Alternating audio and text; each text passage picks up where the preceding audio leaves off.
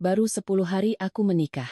Tapi setiap kali waktu makan tiba, keluarga suamiku selalu makan lebih dulu, tidak pernah menungguku pulang.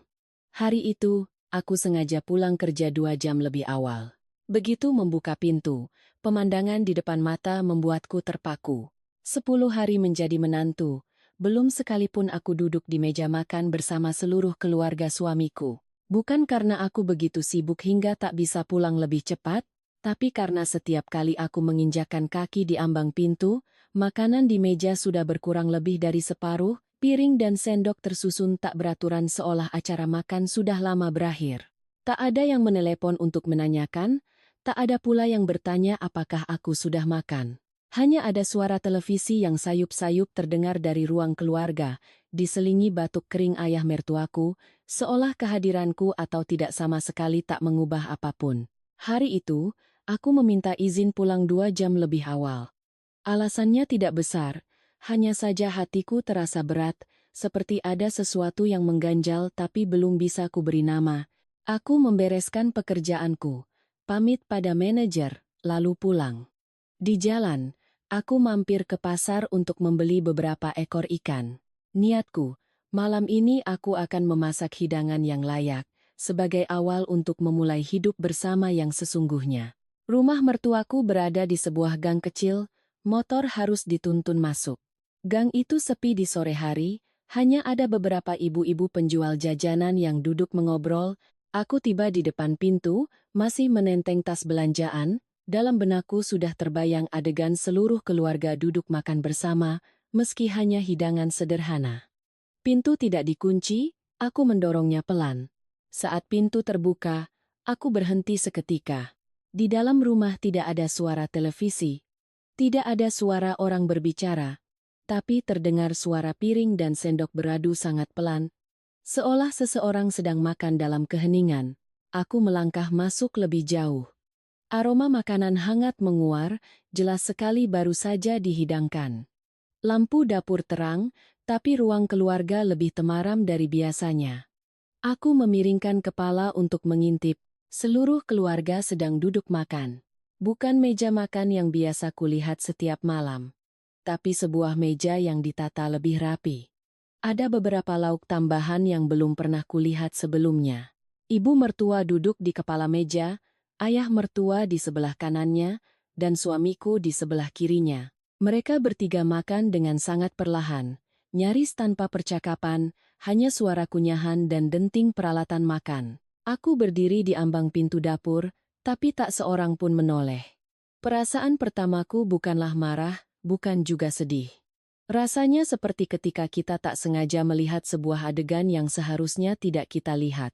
Seolah aku telah memasuki sebuah ruang pribadi tanpa diundang. Aku berdeham pelan. Ketiganya serentak mengangkat kepala. Suamiku yang pertama bereaksi. Ia meletakkan sendoknya, berdiri. Suaranya sedikit canggung. "Loh, kok kamu pulang cepat, Nis?" Aku masih diam di tempat, tangan masih menenteng belanjaan, menatap lurus ke meja makan. Aku izin pulang lebih awal. Ibu mertua menatapku sejenak lalu menoleh ke suamiku. "Kenapa tidak bilang ibu dulu?" Pertanyaan itu bukan untukku. Suamiku, Budi, menggaruk kepalanya sambil tersenyum canggung. Budi juga tidak tahu Anissa pulang cepat. Ayah mertua terus makan. Seolah percakapan itu tak ada hubungannya dengan beliau. Aku melangkah masuk, meletakkan belanjaan di meja, berusaha menjaga suara agar tetap normal. "Keluarga sudah makan, ya?" Ibu mertua mengangguk. "Iya. Hari ini makan lebih awal." Aku melirik jam dinding. Baru lewat pukul 5 sore, waktu di mana biasanya aku masih di perjalanan pulang dari kantorku di kawasan Kuningan. Aku menarik kursi dan duduk, tak ada yang bicara lagi. Suamiku mengambilkan piring dan sendok untukku, gerakannya sedikit terburu-buru. "Makanlah, masih hangat." Aku mengambil sepotong gulai ikan, rasanya lebih pekat dari biasanya, mungkin ini menu baru. Aku mengunyah perlahan, merasa seperti sedang menyantap makanan yang bukan milikku. Tiba-tiba ibu mertua berkata, suaranya datar. "Besok kamu tidak perlu pulang cepat, selesaikan saja pekerjaanmu baru pulang." Aku mengangkat kepala. "Iya Bu. Di rumah tidak ada yang mendesak." Ibu masak lebih awal untuk Bapak, beliau tidak bisa menunggu. Ayah mertua meletakkan sendoknya. Berdeham pelan. Lapar ya makan, buat apa menunggu? Suaranya tidak ketus, tapi juga tidak bernada menjelaskan. Suamiku menimpali, berusaha mencairkan suasana. Bapak kan sudah kebiasaan jam makannya, kalau telat sedikit tidak tahan. Aku mengangguk tanpa berkata apa-apa lagi, tapi di dalam kepalaku muncul sebuah kesimpulan yang sangat jelas. Selama 10 hari ini bukan karena kebetulan mereka makan lebih dulu, mereka memang memilih waktu makan seperti itu. Aku hanya makan beberapa suap lalu kehilangan selera. Aku sudah kenyang, mau ke kamar istirahat, kataku sambil berdiri. Tak ada yang menahan, tak ada yang bertanya lebih lanjut. Aku menaiki tangga. Setiap langkah terasa lebih berat. Kamar di lantai atas masih sama. Perabotan rapi, spray dan bantal tertata. Aku duduk di tepi ranjang, memandang sekeliling, dan tiba-tiba merasa sangat asing. 10 hari yang lalu, aku masuk ke kamar ini dengan perasaan akan memulai hidup baru. Sekarang hanya karena beberapa kali makan malam yang tak utuh, segalanya terasa goyah dengan cara yang sulit dipahami. Malam itu, suamiku masuk kamar lebih larut. Ia membuka pintu, melihatku sedang bersandar di kepala ranjang, lalu tersenyum. Belum tidur? Aku menggeleng. Ia duduk di sampingku, suaranya pelan. Jangan terlalu dipikirkan, keluarga Mas memang biasa makan lebih awal. Aku menatapnya. Biasa sejak kapan? Sebelum aku datang atau setelah aku datang? Ia terdiam sejenak, lalu berkata, ya, sama saja. Jawaban itu membuatku tak tahu harus bertanya apa lagi. Aku hanya mengangguk pelan, memalingkan wajah. Malam itu, aku tidak bisa tidur nyenyak. Suara kipas angin yang berputar, sesekali deru motor dari gang terdengar masuk. Aku berbaring di sana. Mata terbuka, memikirkan makan malam yang telah berlalu, tentang tatapan ibu mertuaku saat melihatku berdiri di pintu, tentang cara ayah mertuaku yang bahkan tidak mengangkat kepala saat aku masuk. Keesokan paginya aku bangun lebih awal dari biasanya. Turun ke dapur, kulihat ibu mertua sudah bangun entah sejak kapan dan sedang memasak. Ia menoleh melihatku, sedikit terkejut. Tumben bangun pagi nak, mau bantu ibu. Beliau mengangguk, memberiku seikat kangkung. Siangi ini. Aku menurut. Suasana pagi itu lebih hening. Beberapa saat kemudian, ibu mertua tiba-tiba bertanya, pekerjaanmu berat tidak? Biasa saja Bu. Kalau begitu, kerjakan saja yang baik, tidak usah khawatirkan urusan rumah. Aku mengangkat kepala menatapnya. Memangnya di rumah ada urusan apa Bu? Beliau tidak langsung menjawab, hanya terus memotong sayuran, gerakannya teratur. Rumah ini dari dulu memang begini. Belum sempat aku bertanya lebih lanjut, terdengar suara motor berhenti di depan. Seorang perempuan masuk, perawakannya familiar tapi aku belum sempat mengingatnya. Ibu mertua mengangkat kepala, suaranya berubah total. Loh, kok jam segini kamu kesini? Perempuan itu tersenyum tipis, meletakkan tasnya. Aku mampir mau sarapan sama bapak dan ibu. Aku berdiri di sana, tangan masih basah. Melihat perempuan itu melenggang masuk ke dapur seolah ini rumahnya sendiri, lalu menarik kursi dan duduk. Ibu mertua dengan sigap menyiapkan piring dan sendok tambahan, raut wajahnya sedikit tergesa. Aku berbalik dan bertanya pelan, "Siapa itu Bu?" Beliau menjawab cepat. "Kakaknya Budi, Ratna." Aku menoleh ke arah suamiku yang baru saja turun dari lantai atas. Melihat perempuan itu, ia langsung tersenyum. "Mbak pulang kapan?" Perempuan itu tidak langsung menjawab, hanya menatapku sekilas lalu beralih ke ibu mertua. "Bu, kita makan sekarang saja ya, aku sudah lapar." Ibu mertua mengangguk, menghidangkan makanan ke meja. Aku berdiri di sana, tak ada yang menyuruhku duduk, hanya melihat mereka berempat mulai makan. Persis seperti semalam, hanya saja sekarang ada satu orang lagi. Aku mundur selangkah, tanganku menyentuh pinggiran meja dapur. Dan tepat pada saat itu, perempuan itu menoleh ke arahku, tatapannya sedikit menyipit seolah sedang menimbang sesuatu, lalu melontarkan sebuah pertanyaan yang membuatku membeku di tempat. "Kamu menantu baru?" "Ya?" Pertanyaan itu terdengar biasa, nada suaranya pun tidak tinggi.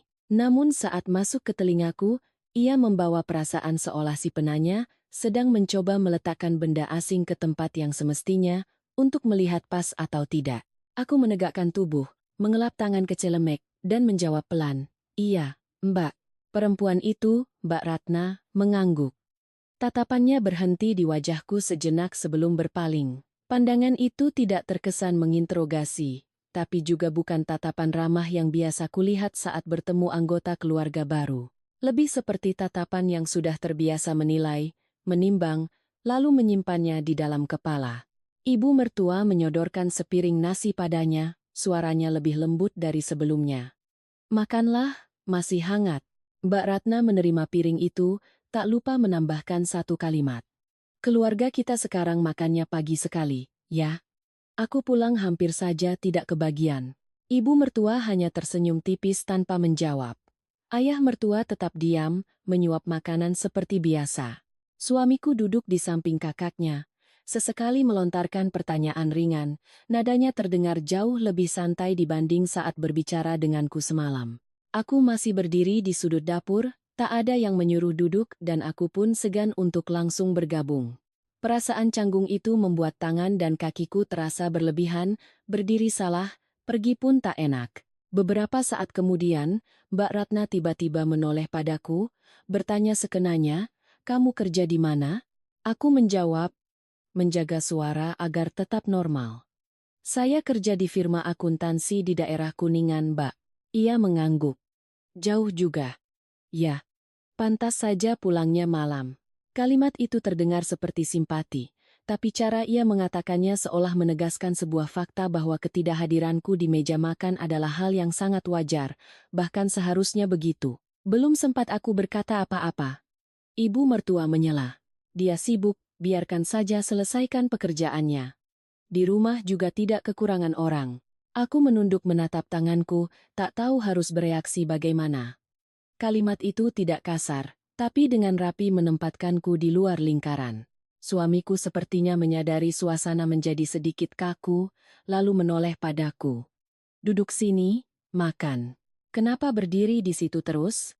Aku menarik kursi di sisi terluar, mengambil piring sendiri. Meja makan saat itu sudah mulai kosong, beberapa lauk hanya tersisa kuahnya. Aku mengambil sepotong sayur, mengunyah perlahan. Perasaannya masih sama seperti semalam. Seperti sedang memakan sisa. Mbak Ratna melirik ke seluruh hidangan lalu berkata pada ibu mertua, "Gulai ikan ini ibu yang masak?" "Iya. Tadi pagi ibu ke pasar. Ikannya segar." Mbak Ratna tersenyum tipis. "Sudah lama aku tidak makan gulai seenak ini." Kalimat itu membuatku sedikit tertegun. Kemarin aku juga makan gulai ikan yang sama, tapi tak ada yang berkomentar, tak ada yang peduli apakah aku suka atau tidak. Suamiku mengambil sepotong lagi untuk kakaknya, makan yang banyak. "Mbak, jarang-jarang pulang." Kakak beradik itu mengobrol dengan sangat alami, seolah jarak waktu di antara mereka tak pernah ada. Aku duduk di sana mendengarkan, tak bisa menyela satu kata pun, seperti tamu yang datang di tengah obrolan seru yang belum selesai. Setelah makan beberapa saat, Mbak Ratna meletakkan sendoknya, menoleh pada ibu mertua. "Siang ini aku mau ke tempat lain sebentar, mungkin malam tidak menginap." Ibu mertua mengangguk. "Ya sudah, pergilah. Ingat pulang jangan kemalaman." Mbak Ratna berdiri dan berjalan keluar, melewati tempatku duduk. Saat melintas, ia berhenti sejenak, berkata pelan cukup untuk ku dengar. "Tinggal di sini pasti rasanya aneh, ya?" Aku mengangkat kepala, belum sempat menjawab, ia sudah berlalu. Seolah kalimat itu hanya sebuah komentar sambil lalu. Sarapan selesai dengan cepat. Semua orang berdiri, sibuk dengan urusan masing-masing. Aku mengumpulkan piring kotor, mencucinya di dapur. Air mengalir deras, tapi kepalaku dipenuhi oleh kalimat-kalimat tadi. Di rumah juga tidak kekurangan orang. Pulangnya malam ya pantas saja. Tinggal di sini pasti rasanya aneh. 3 kalimat, 3 suara berbeda, tapi semuanya berpusat pada satu titik yang belum bisa ku beri nama. Suamiku masuk ke dapur, bersandar di pintu sambil melihatku mencuci piring. "Capek?" Ya? Aku menggeleng. Tidak. Ia terdiam sejenak lalu berkata, Mbak Ratna pulang jadi rumah lebih ramai, jangan terlalu dipikirkan. Aku berhenti, menoleh padanya. Mbak Ratna sering pulang untuk makan begini, Mas? Ia mengangguk. Iya. Seminggu beberapa kali. Lalu biasanya keluarga makan jam berapa? Ia sedikit ragu. Ya, tergantung harinya. Jawaban itu membuatku ingin tertawa, tapi bukan tawa yang melegakan. Aku kembali mencuci piring, tidak bertanya lebih lanjut. Sore itu aku masuk ke kamar lebih awal, berbaring tapi tak bisa tidur. Dari lantai bawah masih terdengar suara orang berbicara, suara pintu dibuka, dan deru motor keluar masuk. Aku berbaring di sana, mendengarkan setiap suara, mencoba menyatukan ritme kehidupan yang masih terasa asing. Menjelang malam aku turun ke dapur. Ibu mertua sedang menyiapkan makan malam. Aku mendekat. Biar Anissa bantu, Bu. Beliau menatapku lalu memberiku pisau. Potong sayuran ini. Aku menurut. Suasananya terasa lebih normal dari pagi tadi. Beberapa saat kemudian, aku bertanya pelan, Bu, malam ini kita makan jam berapa? Beliau menjawab cepat, sekitar jam 6. Aku melirik jam, pukul setengah 6. Aku mengangguk, melanjutkan memotong sayuran. Di dalam kepalaku tiba-tiba muncul sebuah ide yang bahkan menurutku sendiri agak aneh. Aku tidak mengatakannya, hanya diam-diam mengerjakan tugasku. Menjelang pukul 6, aku sudah selesai menata makanan di meja. Ibu mertua memanggil ayah mertua dan suamiku untuk turun makan. Aku berdiri di ambang pintu dapur, melihat mereka bertiga duduk di meja. Tak ada yang memanggilku. Aku melangkah masuk, menarik kursi, dan duduk sebelum ada yang sempat berkata apa-apa. Suasana sedikit membeku. Ibu mertua menatapku, tatapannya sedikit berbeda tapi ia tidak berkomentar. Ayah mertua tetap memegang sendoknya tanpa mengangkat kepala. Suamiku melirikku sekilas lalu kembali menunduk. Aku mengambil lauk dan makan perlahan seolah ini adalah hal yang sangat wajar. Beberapa saat kemudian, ibu mertua tiba-tiba bertanya, "Hari ini kamu pulang cepat?" "Iya, Bu. Besok mau pulang cepat lagi?" Aku menatap lurus ke arahnya. "Mungkin, Bu." Beliau tidak berkata apa-apa lagi, hanya mengangguk. Makan malam hari itu berlalu dalam keheningan, tapi tidak ada lagi perasaan ditinggalkan seperti sebelumnya. Setidaknya, aku sedang duduk di meja makan keluargaku. Selesai makan aku berdiri untuk membereskan piring. Saat aku baru saja membawa tumpukan piring ke wastafel, samar-samar ku dengar suara ibu mertua berkata pelan pada suamiku di ruang keluarga. "Besok bilang istrimu tidak usah pulang cepat lagi." Suaranya tidak keras, tapi cukup untuk ku dengar setiap katanya. Tanganku membeku, air dari keran yang mengenai tanganku terasa sangat dingin. Suamiku tidak langsung menjawab, aku tidak bisa melihat wajahnya, hanya mendengar suara kursi bergeser pelan. Lalu suaranya terdengar, lebih rendah dari biasanya. "Nanti Budi bicara sama dia." Aku berdiri di sana, masih memegang piring, tak tahu harus meletakkannya atau terus mencuci. Dan tepat pada saat itu, pintu dapur di belakangku terbuka.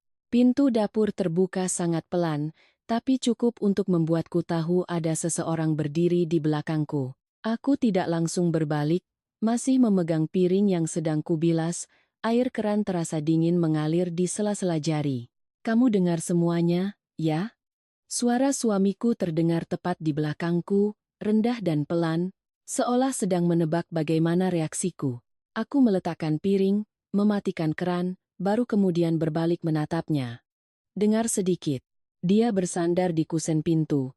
Lampu di belakangnya membuat wajahnya sedikit gelap, ekspresinya tidak jelas. Aku menatapnya sejenak lalu bertanya langsung, "Mas mau bicara apa sama aku?" Ia terdiam beberapa detik, seperti sedang memilih kata. "Soal jam kebiasaan di rumah." Aku mengangguk, menarik kursi, dan memberinya isyarat untuk duduk juga.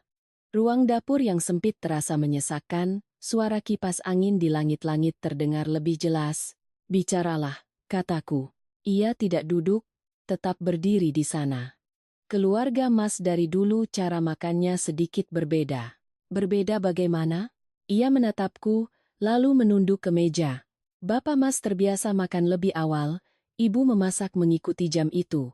Dan Mbak Ratna, dia sering pulang tepat di jam makan, jadi akhirnya, semua orang terbiasa begitu. Aku mendengarkan tanpa menyela. Menunggu ia melanjutkan. Tapi ia berhenti di sana. Lalu aku, tanyaku. Ia mengangkat kepala. Kamu kenapa? Aku ada di mana di dalam jam makan itu? Ia menghela napas pelan, suaranya sedikit canggung. Kamu kan kerja, pulangnya malam, jadi tidak sempat makan bersama. Itu bukan jawaban, tapi keheningannya sudah cukup jelas. Aku menopang dagu di meja, menatap lurus ke arahnya. Mas tidak merasa aneh? Seseorang yang tinggal di rumah ini tapi selalu datang setelah semua orang selesai makan. Ia mengerutkan kening, tampak tidak nyaman. Jangan bicara begitu, kamu kan tetap makan. Aku tersenyum tipis, tapi tidak bahagia. Makan sisanya. Ia tidak berkata apa-apa. Aku melanjutkan. Apa Mas pernah berpikir kalau aku ingin duduk makan bersama semua orang? Ia menatapku, kali ini lebih lama. Dan sejak kapan kesibukanku menjadi alasan bagi seluruh rumah untuk makan lebih dulu? Pertanyaan itu membuatnya terdiam. Aku bisa melihat ia sedang berpikir, tapi bukan berpikir mendalam. Melainkan mencari jawaban agar aku tidak semakin tersinggung. Aku berdiri, kembali ke wastafel, melanjutkan mencuci piring. Air mengalir. Suara piring beradu pelan, tapi ketegangan di antara kami terasa sangat nyata. Beberapa saat kemudian, ia berkata, "Besok Mas akan bicara pada ibu agar makannya sedikit lebih malam." Aku tidak berbalik. "Untuk apa?" "Supaya kamu sempat pulang." Aku berhenti, menoleh padanya. "Mas pikir aku butuh itu?" Ia sedikit terkejut. "Ya, supaya kamu bisa makan bersama." Aku menggeleng. Suaraku tenang. Aku tidak butuh semua orang mengubah jam makannya karena aku. Aku hanya perlu tahu kenapa bisa seperti ini. Ia tidak langsung menjawab. Kali ini ia duduk di hadapanku, kedua tangan di atas meja, saling bertaut. Keluarga Mas dari dulu memang begini. Sejak Mbak Ratna masih tinggal di sini, semuanya sudah jadi kebiasaan. Mendengar itu, sesuatu terlintas di benakku. Mbak Ratna sering pulang makan, kan? Ia mengangguk. Iya. Lalu di hari-hari saat dia tidak pulang, ia menatapku, matanya memancarkan keraguan sejenak. Tetap makan di jam yang sama. Aku tidak berkata apa-apa, tapi di dalam hati aku mulai mengerti. Bukan karena ayah mertua lapar, bukan juga karena kebiasaan yang kaku. Jam makan itu sepertinya dipertahankan untuk seseorang, entah orang itu ada atau tidak. Aku kembali mencuci piring, tidak bertanya lebih lanjut. Malam itu aku tidak berbicara lagi dengannya. Kami berbaring berdampingan, tapi pikiran kami melayang ke arah yang berbeda. Aku tidak tahu apa yang ia pikirkan, hanya merasa napasnya tidak teratur seperti biasanya. Keesokan paginya, aku bangun lebih awal. Turun ke dapur, kulihat ibu mertua sudah duduk di sana. Di hadapannya ada teko teh yang masih hangat. "Bangun pagi, Nak." "Iya, Bu." Aku duduk di seberangnya. Hening sejenak, hanya ada suara sendok beradu dengan cangkir. "Bu," aku memulai. Beliau mengangkat kepala. "Iya, aku mau bertanya sesuatu." Beliau menatapku, tatapannya tidak berubah. "Tanyalah." Aku menarik napas perlahan, lalu berkata pelan. "Keluarga kita makan lebih awal begini karena Bapak atau karena Mbak Ratna?" Begitu pertanyaan itu selesai, tangan ibu mertua berhenti sejenak. Jika tidak diperhatikan, mungkin tidak akan terlihat. Beliau meletakkan sendoknya, menatapku lebih lama dari biasanya. "Kenapa kamu bertanya begitu?" "Aku hanya ingin mengerti, Bu." Beliau tidak langsung menjawab. Pandangannya beralih keluar jendela, ke arah cahaya pagi yang baru masuk, lalu kembali menatapku. "Kamu baru di sini, jadi belum terbiasa." Aku mengangguk pelan. "Iya, Bu, makanya aku bertanya." Beliau terdiam lagi. Lalu berkata, "Dari dulu keluarga ini makannya begini, tidak ada yang istimewa." Aku menatapnya tanpa berkata apa-apa, tapi mungkin beliau sadar aku tidak sepenuhnya percaya pada jawaban itu. Tepat pada saat itu, pintu depan terbuka. Aku menoleh. Mbak Ratna masuk, dengan perawakan yang sama seperti kemarin, menenteng tas kecil, wajahnya tanpa ekspresi khusus. Bu, aku pulang mau ambil beberapa barang. Ibu mertua langsung berdiri. Iya, naik saja ke kamar. Mbak Ratna melewatiku, berhenti sejenak, melihat cangkir teh di hadapanku. Pagi sekali kamu bangun? Iya mbak. Ia mengangguk lalu menaiki tangga. Aku memandangnya, lalu menoleh ke ibu mertua. Mbak Ratna sudah tidak tinggal di sini lagi ya? Bu, beliau menjawab cepat. Dia sudah menikah, tapi masih sering pulang makan. Aku tidak bertanya lagi. Aku berdiri dan berjalan ke pintu, memandang ke arah tangga. Suara langkah kaki Mbak Ratna terdengar teratur, begitu familiar seolah ia tak pernah meninggalkan rumah ini. Beberapa saat kemudian, ia turun, membawa satu tas lagi. Saat melewatiku, ia berhenti, menatap lurus ke arahku. Kali ini, tinggal di sini apa kamu merasa tidak nyaman? Pertanyaan itu berbeda dari yang kemarin. Lebih langsung, seolah ia sudah cukup mengamati untuk bertanya. Aku tidak menghindar. Sedikit, ia tersenyum tipis, bukan senyum bahagia. Lalu rencanamu bagaimana? Belum sempat aku menjawab, dari belakang ibu mertua memanggil keras. Cepat berangkat, nanti telat. Mbak Ratna tidak menoleh, hanya menyahut. Aku tahu, Bu. Lalu ia kembali menatapku, pandangannya tertahan sejenak. Di sini, semuanya ada alasannya. Setelah berkata begitu, ia melangkah keluar, pintu pun tertutup. Aku berdiri di sana, mengulang kalimat terakhirnya dalam benak. Dan tepat pada saat itu, dari lantai atas, telepon genggam suamiku berdering terus-menerus. Dering telepon di lantai atas terdengar bertubi-tubi, bukan seperti panggilan biasa yang sekali lalu mati, tapi terus berlanjut seolah orang di seberang sana tidak sabar. Aku berdiri di kaki tangga, mendongak, sebuah pikiran melintas dengan jelas di benakku. Si penelepon ini tahu bahwa jam segini suamiku masih di rumah. Aku bergegas naik. Pintu kamar sedikit terbuka. Ponselnya tergeletak di meja samping tempat tidur, layarnya terus menyala. Belum sempat aku melihat nama si penelepon, suamiku muncul dari belakang, langkahnya lebih cepat dari biasanya. Biar Mas yang angkat. Ia meraih ponselnya, membelakangiku, suaranya merendah. Halo, iya, Mas di rumah. Tidak, tidak bisa sekarang. Nanti sore Mas telepon lagi. Orang di seberang sana sepertinya tidak mau berhenti. Aku tidak bisa mendengar kata per katanya, hanya suara perempuan yang tidak keras tapi mendesak, seperti sedang mengatakan banyak hal sekaligus. Suamiku sedikit mengerutkan kening, mengusap dahinya. Sudah kubilang, nanti sore. Iya, baiklah. Ia mematikan telepon, meletakkannya di meja, lalu berbalik menatapku. Matanya menunjukkan keraguan sesaat sebelum kembali normal. Klien, aku mengangguk pelan tanpa bertanya lebih lanjut. Tapi di dalam kepalaku muncul pikiran lain. Cara ia membelakangi saat menerima telepon. Cara ia merendahkan suara, dan suara perempuan tadi tidak terdengar seperti sedang membahas pekerjaan. Aku tidak mengatakannya. Hanya kembali turun ke dapur untuk melanjutkan pekerjaan yang tertunda.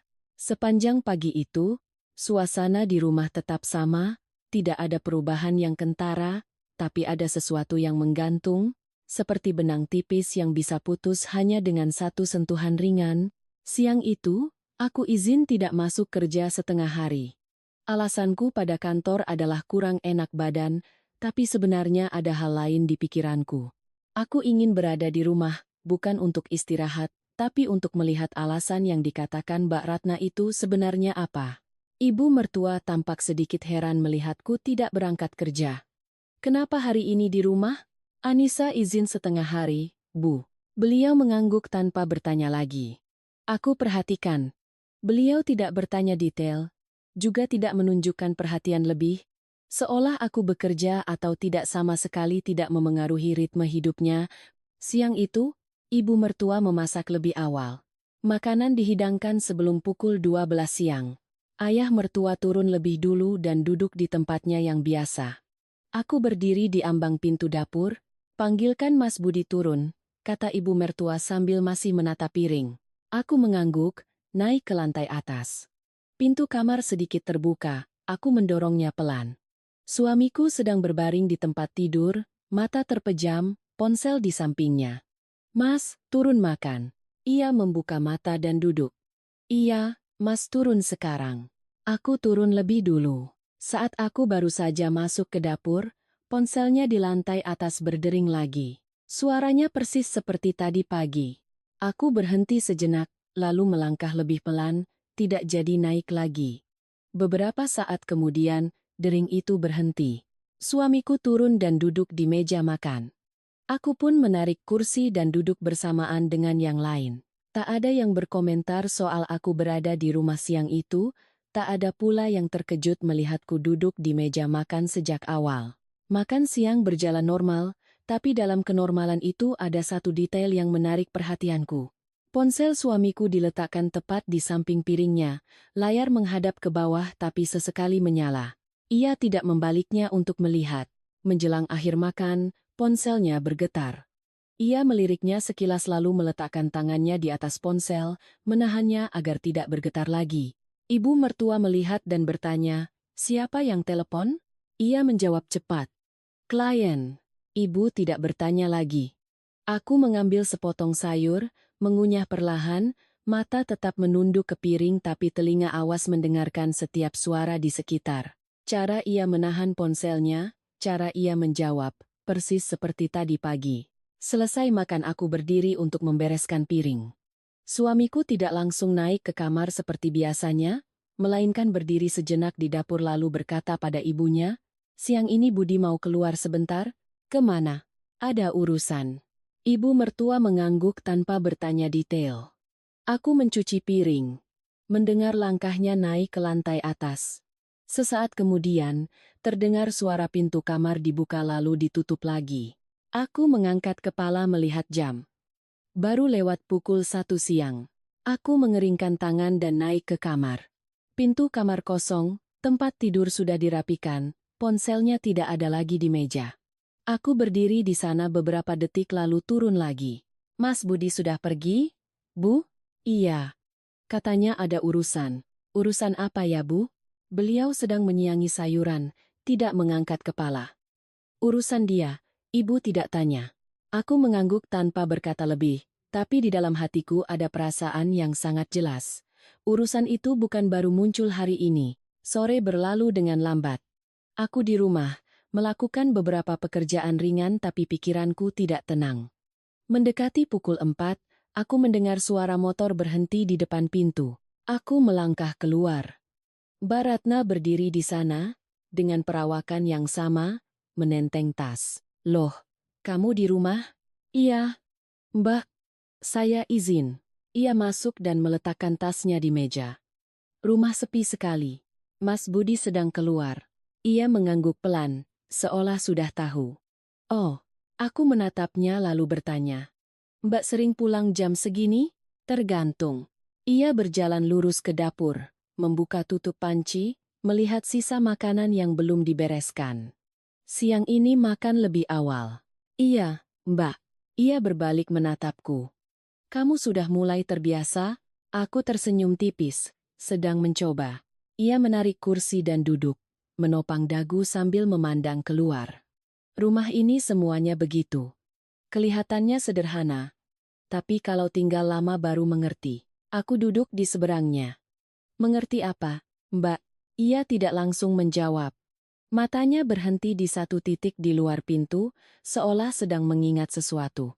"Kamu lihat Budi akhir-akhir ini bagaimana?" Pertanyaan itu datang tiba-tiba tapi terasa sangat tepat. "Biasa saja." Ia tersenyum tipis. "Biasa menurutmu atau biasa menurut dia?" Aku tidak menjawab. Ia melanjutkan. "Dia itu dari kecil apa-apa disimpan sendiri, ada masalah juga tidak pernah cerita." Aku mendengarkan tanpa menyela. Tapi ada masalah yang kalau disimpan terlalu lama, itu bukan lagi jadi masalahnya sendiri. Aku menatapnya, kali ini lebih saksama. "Maksud Mbak?" Ia baru saja akan bicara lagi ketika di luar terdengar suara motor berhenti. Kami berdua serentak menoleh. Suamiku masuk, wajahnya sedikit tegang, tangan memegang ponsel, berjalan sambil menatap layar. Ia berhenti saat melihat aku dan kakaknya sedang duduk di dapur. "Mbak sudah pulang?" "Iya." Ia mengangguk, meletakkan ponsel di meja lalu pergi mencuci tangan. Aku perhatikan layarnya masih menyala, sebaris pesan muncul sangat cepat sebelum padam. Aku tidak sempat membaca seluruhnya, hanya sepenggal kalimat pendek, "Kamu kan sudah janji." Tanganku membeku di atas meja. Dan tepat pada saat itu, Mbak Ratna memiringkan kepala ke arahku, matanya tidak berkata apa-apa, tapi jelas sekali ia juga baru saja melihatnya. Tanganku masih terpaku di pinggir meja. Barisan kata yang baru saja menyala di layar ponsel suamiku memang tidak panjang, tapi cukup untuk membuat hati siapapun berhenti sejenak. "Kamu kan sudah janji." 4 kata itu tidak terdengar seperti pengingat kerja, juga bukan obrolan bisnis.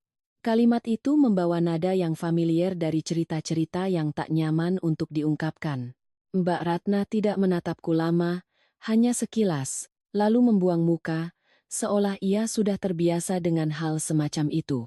Caranya berpaling dengan cepat membuatku paham bahwa ia tidak terkejut.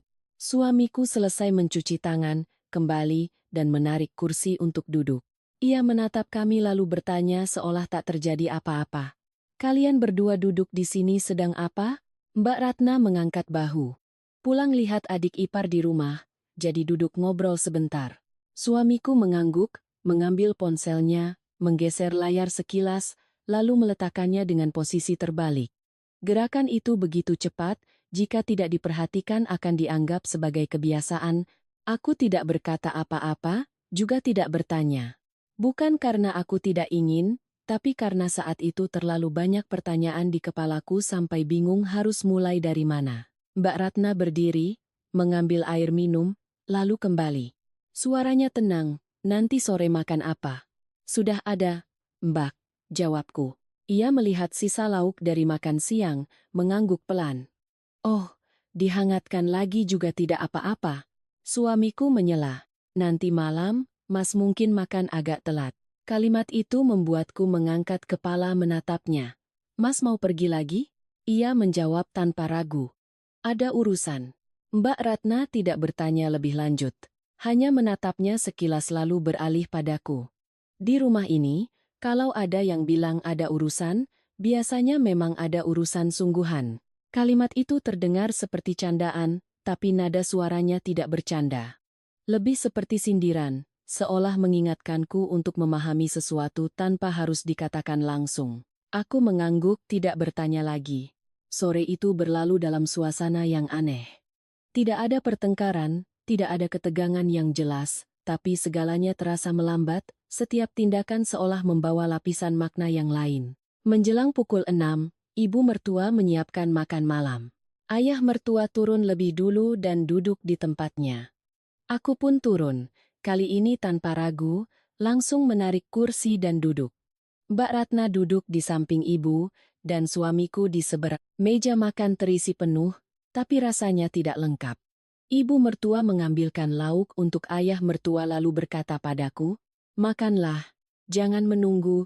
Aku menatapnya. "Iya, Bu." Aku tidak menunggu siapa-siapa. Kalimatku pelan, tapi mungkin karena terlalu tepat sasaran, tak ada yang menyahut. Baru makan beberapa saat, ponsel suamiku bergetar lagi. Ia melihat ke bawah. Kali ini tidak langsung membalikkannya, melainkan mengangkatnya dan menatap lurus. Aku tidak berusaha mengintip, tapi dari sudut mata, aku bisa melihat pantulan cahaya dari layarnya. Ia berdiri. "Mas keluar sebentar." Angkat telepon. Tak ada yang menahan, tak ada yang bertanya. Pintu terbuka lalu tertutup lagi. Suasana di dalam rumah kembali seperti semula, tapi kini kurang satu orang. Mbak Ratna meletakkan sendoknya, memandang ke arah pintu, lalu menoleh padaku. "Kamu lihat kan?" Aku tidak langsung menjawab. "Lihat apa, Mbak?" Ia tersenyum tipis, bukan senyum bahagia. "Alasan yang kemarin Mbak bilang." Aku meletakkan sendokku dan menatapnya. "Mbak tahu sesuatu, kan?" Ia tidak menghindar. "Tahu sebagian." "Bagian yang mana?" Ia tidak langsung menjawab. Matanya tertuju pada piring di hadapannya sebelum berkata pelan, "Sebelum kamu datang, keluarga ini makannya juga begini. Tapi waktu itu, ada orang lain yang duduk di kursimu." Mendengar itu, sebuah kepingan puzzle terasa terpasang di benakku. "Maksud Mbak?" Ia menatapku. "Coba kamu pikir, kenapa jam makan tidak berubah padahal kamu sudah jadi menantu di sini?" Aku tidak berkata apa-apa. Ia melanjutkan. "Ada kebiasaan yang dipertahankan bukan karena nyaman, tapi karena orang tidak mau mengubahnya." "Karena siapa?" Ia tidak menjawab secara langsung. "Kamu perhatikan saja lebih lanjut." Tepat saat itu, pintu terbuka. Suamiku masuk, wajahnya tidak lagi tegang seperti saat keluar, tapi juga tidak sepenuhnya santai. Ia duduk, mengambil sendoknya dan melanjutkan makan, seolah makan malam itu tidak pernah terganggu. Tak ada yang bertanya ia baru saja bicara dengan siapa, tak ada yang menyinggung panggilan telepon itu, hanya ada suara piring dan sendok yang beradu. Aku makan beberapa suap lagi lalu meletakkan sendokku. Aku sudah kenyang. Ibu mertua mengangguk. "Ya sudah, naiklah istirahat." Aku berdiri dan berjalan ke lantai atas tanpa menoleh. Kamar masih sama, tapi kali ini aku tidak langsung duduk. Aku berdiri di dekat jendela, memandang ke gang kecil di bawah. Lampu-lampu kuning mulai menyala. Orang yang lalu lalang semakin jarang. Di kepalaku, kepingan-kepingan puzzle mulai menyatu. Makan malam tanpaku, jam makan yang tidak berubah, Mbak Ratna yang sering pulang, panggilan telepon berulang, pesan singkat, dan kalimat, "Ada orang lain yang duduk di kursimu."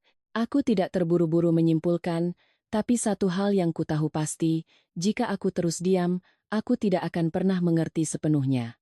Sekitar pukul 9 lebih, suamiku baru naik ke kamar. Ia membuka pintu, melihatku masih duduk di sana, lalu bertanya, "Belum tidur?" "Belum." Ia meletakkan ponselnya di meja, melepas kemeja, lalu duduk di sampingku. "Masih memikirkan kejadian kemarin?" Aku menoleh padanya. "Mas, ada sesuatu yang disembunyikan dariku?" Pertanyaan itu langsung, tanpa basa-basi. Ia tertegun sejenak lalu tersenyum tipis. "Sembunyikan apa?" "Panggilan-panggilan telepon itu." Ia terdiam. "Siapa yang menelepon Mas?" Ia tidak langsung menjawab. Matanya menatap lantai, lalu beralih ke arahku. "Hanya teman lama." "Teman seperti apa?" Ia menghela napas. "Kenapa kamu bertanya begitu?" Aku menjaga suara agar tetap tenang. "Aku hanya ingin tahu, apa orang itu ada hubungannya dengan jam makan di keluarga ini?" Pertanyaan itu membuatnya menatapku lebih saksama. "Kamu dengar sesuatu dari siapa?" Aku menggeleng. Aku melihatnya sendiri. Suasana di kamar menjadi tegang. Tak ada lagi suara kipas angin, tak ada lagi deru motor dari gang, hanya ada napas kami berdua. Ia berdiri, berjalan mondar-mandir, lalu berhenti. "Ada hal-hal yang belum Mas ceritakan padamu, bukan karena Mas mau menyembunyikannya." "Lalu kenapa?" "Karena Mas pikir belum waktunya." Aku menatapnya. "Kapan waktunya?" Ia tidak menjawab. Aku berdiri dan mendekatinya. "Mas mungkin tidak perlu menceritakan semuanya, tapi Mas harus jujur." Ia menatapku, kali ini tidak menghindar. "Kamu mau tahu apa?" Aku tidak langsung menjawab. Aku menatap lurus ke matanya, lalu melontarkan pertanyaan yang membuat tanganku sendiri terasa dingin saat mengucapkannya. "Orang yang mengirim pesan pada Mas? Apa dia orang yang pernah duduk di meja makan ini?" Ia membeku. Tidak mengangguk, tidak menggeleng, hanya berdiri di sana menatapku. Dan tepat pada saat itu, ponsel di atas meja menyala lagi. Kali ini bukan panggilan, tapi sebuah pesan baru. Layar ponsel menyala, cahaya biru pucatnya terpantul di permukaan meja lalu ke dinding, membuat kamar yang sudah hening terasa semakin senyap. Aku dan suamiku sama-sama menatap ke arah sana, tapi tak ada yang langsung mendekat. Ia berdiri diam selama beberapa detik sebelum akhirnya berjalan dan mengambil ponsel itu. Aku tidak mendekat, hanya berdiri di tempat, tapi mataku mengikuti setiap gerakannya. Ia membuka pesan, hanya sedetik, tapi aku bisa melihat pergelangan tangannya sedikit menegang seperti sebuah refleks. Lalu ia mematikan layar dan berbalik ke arahku. "Jangan berasumsi macam-macam." Suaranya masih bisa menjaga ketenangan, tapi tidak selembut sebelumnya.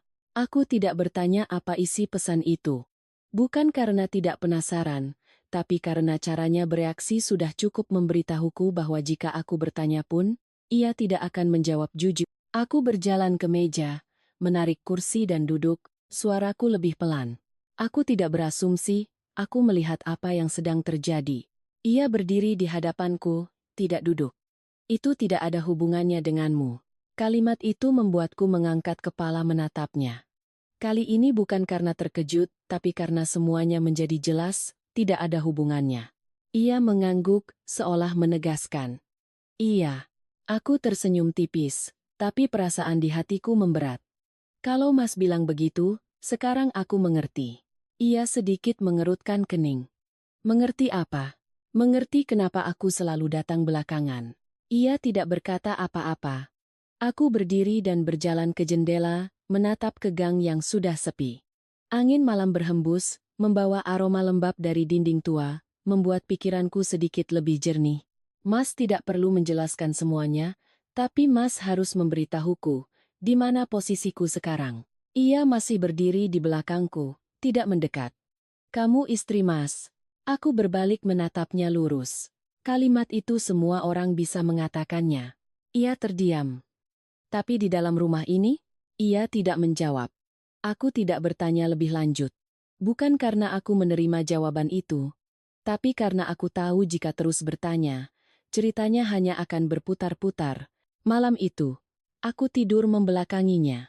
Tak ada lagi yang bicara, tapi aku tidak bisa tidur.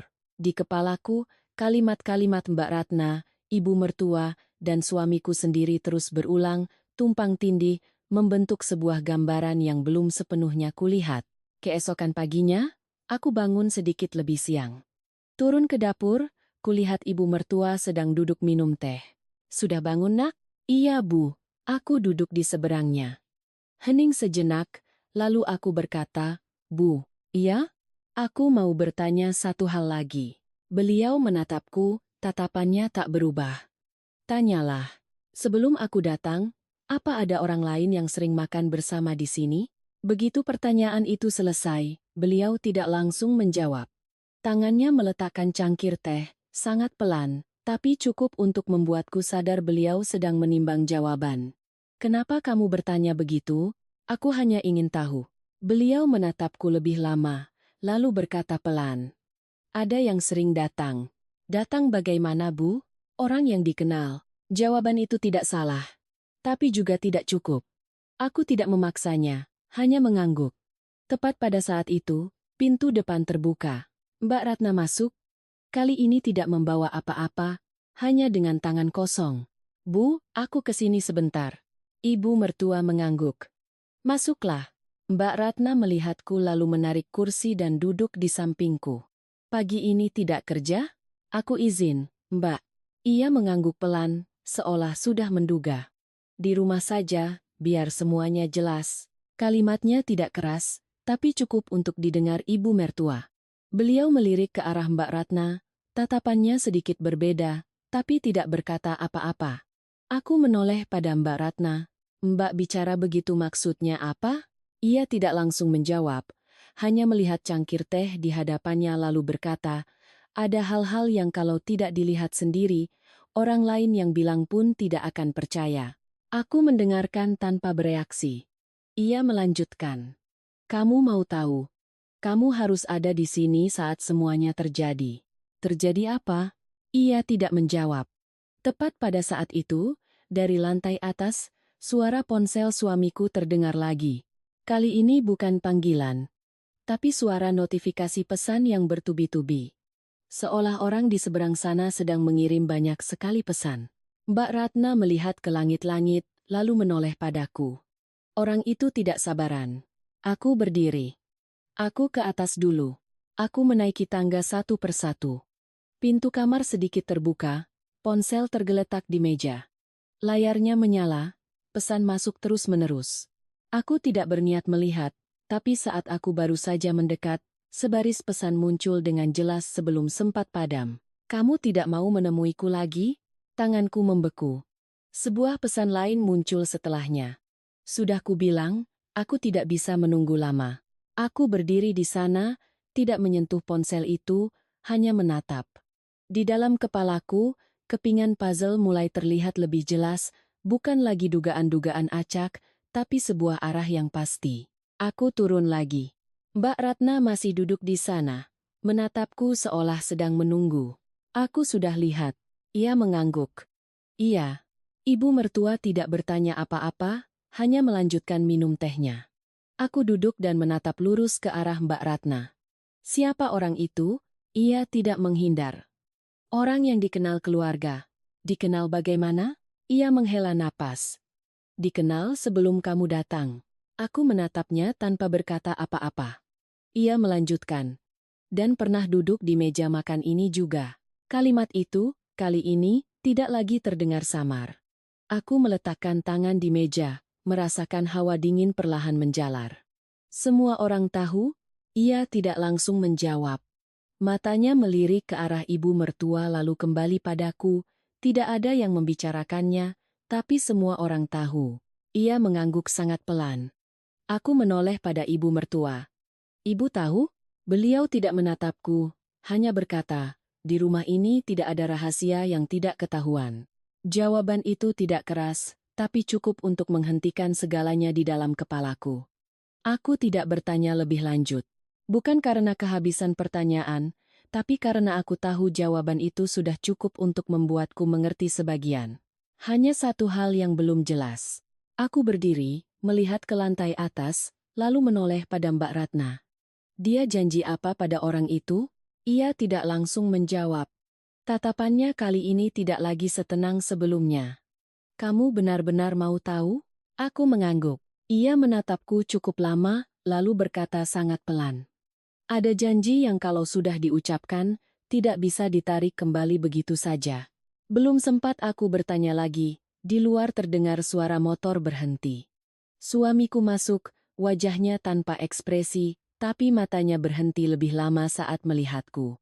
Mata suamiku berhenti di wajahku lebih lama dari biasanya, lalu beralih ke Mbak Ratna, kemudian kembali ke arah ibu. Tatapan itu tidak tajam, tapi cukup untuk membuat suasana di dalam rumah membeku, seolah seseorang baru saja menyentuh titik sensitif yang semua orang tahu, tapi tak ada yang berani menyebutkan. Ia masuk, meletakkan kunci di meja, suaranya normal. Ibu sudah sarapan? Sudah. Ia mengangguk, tidak bertanya lagi. Aku berdiri di tengah ruangan, tidak mendekat, juga tidak menjauh. Mbak Ratna masih duduk di sana, kedua tangan di atas meja, menatap adiknya tanpa menghindar. Ia menoleh padaku. Kamu di rumah? Iya, tidak kerja. Aku izin. Ia mengangguk seolah hal itu biasa saja, tapi aku bisa melihat ada sedikit ketegangan di balik anggukan itu. Hening selama beberapa detik, lalu Mbak Ratna yang bicara lebih dulu, suaranya pelan tapi jelas. Dia sudah bertanya. Suamiku menoleh pada kakaknya. Bertanya apa? Semua yang perlu ditanyakan. Ia tidak langsung menjawab. Matanya beralih padaku, kali ini tidak lagi menghindar. Kamu mau tanya apa? Tanya saja langsung sama Mas. Aku menatapnya, tanpa basa-basi. Orang yang mengirim pesan pada Mas itu siapa? Ia tidak langsung menjawab. Tangannya diletakkan di atas meja, jari-jarinya mengetuk pelan, seperti sedang menghitung sesuatu. Namanya siapa? Ia menatapku, sedikit kesal. Kamu bertanya begitu untuk apa? Untuk tahu aku sedang tinggal dengan siapa. Kalimat itu tidak diucapkan dengan nada tinggi, tapi terdengar tegas. Ibu mertua berdeham pelan, seolah ingin memotong, tapi tidak berkata apa-apa. Mbak Ratna berdiri dan berjalan ke pintu, tapi tidak benar-benar pergi. Ia bersandar di kusen pintu, melihat ke dalam. Suamiku menghela napas. Namanya Maya. Nama itu jatuh dengan singkat. Tak perlu penjelasan lebih, tapi sudah cukup untuk membuat segalanya di kepalaku menjadi lebih jelas. Pernah makan di sini? Ia tidak menyangkal. Iya, semua orang tahu. Ia melirik ke arah ibu mertua, lalu kembali menatapku. Tahu, aku mengangguk. Tidak terkejut lagi. Perasaan kecewa itu tidak datang tiba-tiba, tapi merayap perlahan seperti air yang meresap ke kain. Hubungan Mas dengan dia apa? Ia terdiam. Bukan karena tidak mendengar, tapi sedang memilih jawaban. Dulu pernah dekat. Dekat bagaimana? Ia dekat. Aku menatapnya, tidak mengerutkan kening, tidak meninggikan suara. Dekat sampai berjanji? Ia tidak menjawab. Mbak Ratna dari ambang pintu bersuara, nadanya tetap pelan. Dia sudah janji. Suamiku menoleh tajam pada kakaknya. Mbak jangan ikut campur. Mbak Ratna mengangkat bahu. Dia bertanya, Mbak menjawab. Aku menatap suamiku. Mas janji apa? Ia tidak lagi menatapku.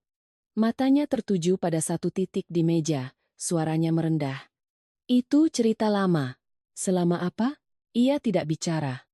Aku melanjutkan, sebelum menikah denganku, ia mengangguk sangat pelan.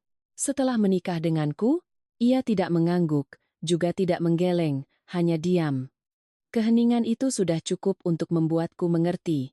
Aku tidak berkata lebih, tidak menyalahkan, tidak marah. Hanya berdiri menatapnya sejenak lalu beralih ke ibu mertua.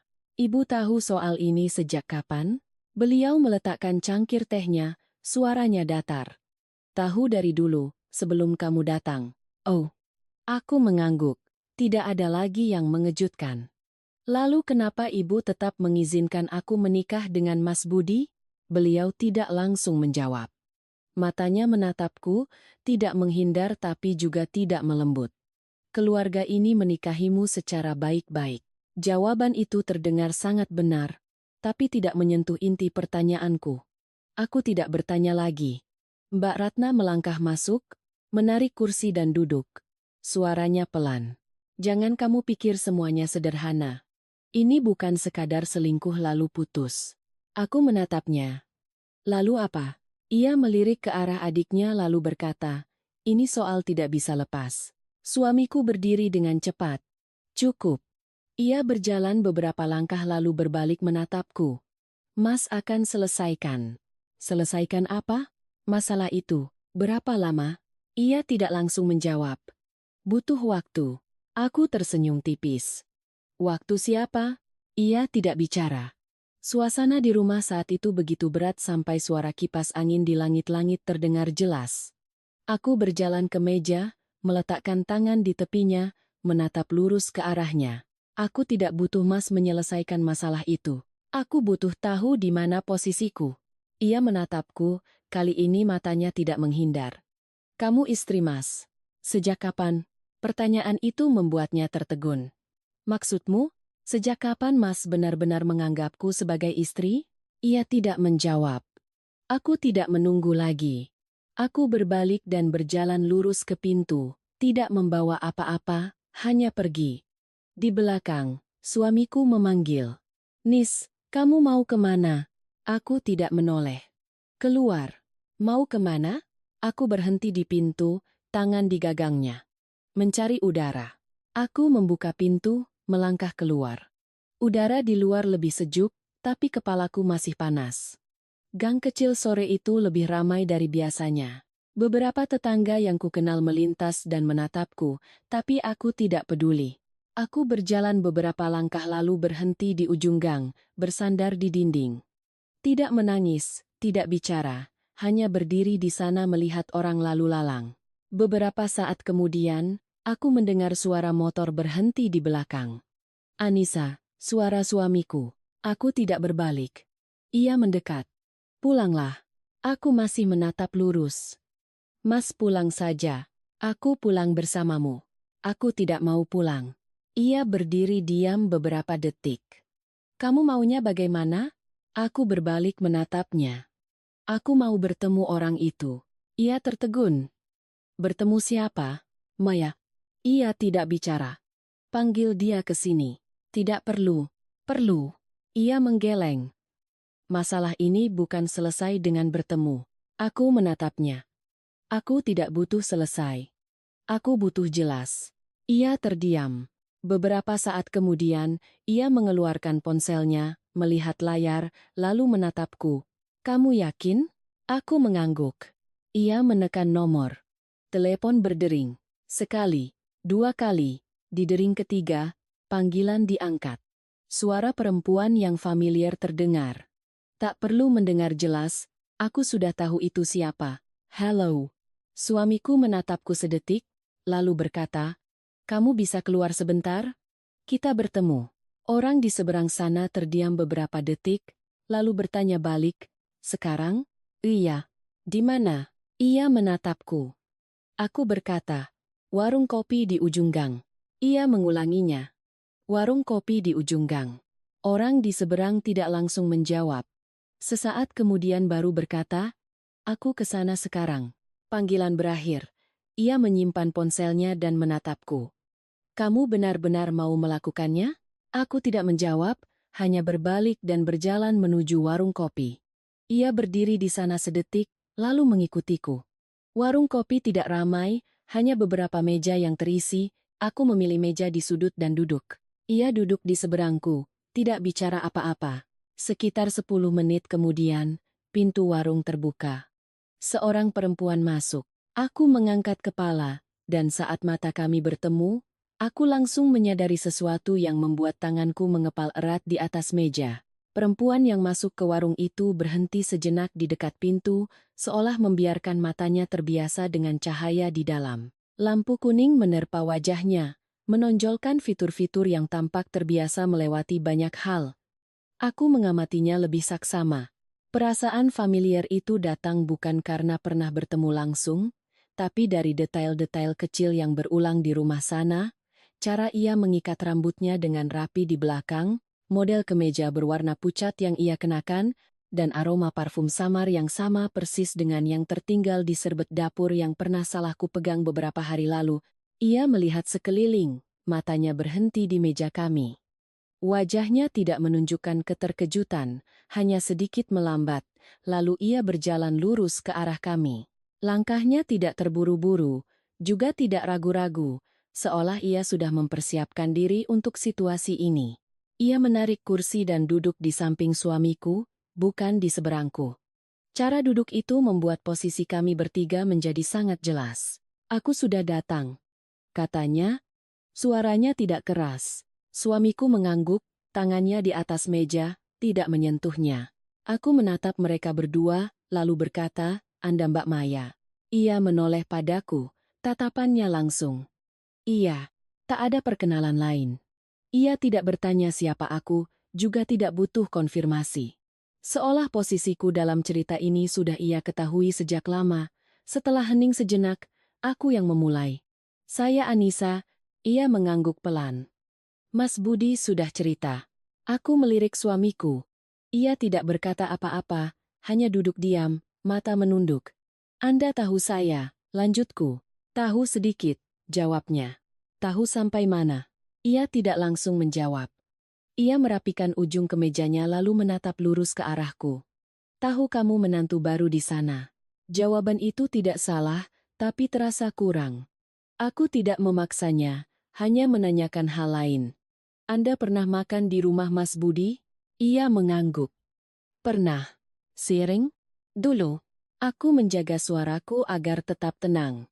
"Dulu itu sebelum saya datang." "Iya." "Setelah saya datang?" Ia melirik ke arah suamiku, lalu kembali menatapku. "Lebih jarang." Aku tidak berkata apa-apa. Kata lebih jarang itu artinya bukan tidak pernah sama sekali. Suamiku akhirnya bersuara. "Biar Mas yang jelaskan." Aku tidak menoleh padanya, tetap menatap perempuan di hadapanku. "Saya ingin dengar dari Anda." Ia menatapku lebih lama, lalu menghela napas pelan. "Saya dan Mas Budi kenal sudah beberapa tahun." "Berapa lama?" "Lebih dari 3 tahun." "Keluarga tahu?" "Tahu." Aku mengangguk. Hal itu tidak lagi mengejutkanku. "Lalu kenapa tidak menikah?" Ia tidak langsung menjawab. Matanya sedikit beralih, tidak lagi menatap lurus seperti tadi. "Ada banyak masalah." "Masalah apa?" Ia tersenyum tipis, bukan senyum bahagia. "Tidak semua masalah bisa diceritakan dalam sekali pertemuan." Aku tidak memaksa. "Kalau begitu, ceritakan yang bisa diceritakan." Ia terdiam sejenak, lalu berkata pelan. "Saya pernah berpikir akan menikah dengannya." Aku menatapnya. Lalu tidak jadi." Jawaban itu sangat singkat, tapi meninggalkan ruang kosong yang lebih besar. Aku menoleh pada suamiku. Mas, jelaskan. Ia menatapku, lalu menatap perempuan itu, kemudian kembali menunduk. Waktu itu, Mas dan Maya ada masalah. Masalah apa? Ia tidak langsung menjawab. Jelaskan, ulangku. Ia menarik napas perlahan. Keluarga tidak setuju. Aku teringat pada ibu mertuaku, lalu kembali menatap suamiku. Tidak setuju kenapa? Ia tidak bicara. Mbak Maya yang menjawab. Karena saya. Aku menatapnya. Karena Anda bagaimana? Ia tidak menghindar. Saya lebih tua dari Mas Budi. Aku mengangguk. Ada lagi? Ia menatapku, kali ini tatapannya sedikit berbeda. Saya pernah menikah. Aku terdiam. Punya anak? Suasana di warung seolah berhenti sejenak. Suara sendok beradu dengan gelas di meja sebelah terdengar lebih jelas. Aku menatapnya tanpa berkata apa-apa. Ia melanjutkan. Rumah Mas Budi tidak setuju. Aku menoleh pada suamiku. Kalau Mas, ia tidak langsung menjawab. Jawab, Mas. Ia menatapku, suaranya rendah. Mas tetap mau. Aku mengangguk. Lalu kenapa menikah denganku? Tak ada yang langsung menjawab pertanyaan itu. Aku menatap mereka satu persatu, lalu kembali ke Mbak Maya. Anda tahu Mas Budi akan menikah denganku? Tahu. Tahu dari sebelumnya? Tahu. Tapi Anda tetap berhubungan? Ia tidak menyangkal. Iya. Aku mengangguk. Kenapa? Ia menatapku, kali ini tanpa basa-basi. Karena belum bisa lepas. Jawaban itu sama persis dengan yang dikatakan Mbak Ratna. Aku menoleh pada suamiku. Kalau Mas, ia tidak bicara. Aku bertanya lagi. Mas sudah bisa lepas? Ia tidak menjawab, hanya menatapku. Tatapan itu tanpa kata, tapi sudah cukup untuk membuatku mengerti. Aku tidak bertanya lagi. Aku bersandar di kursi, memandang keluar. Jalanan masih sama, kendaraan lalu lalang, orang berjalan kaki.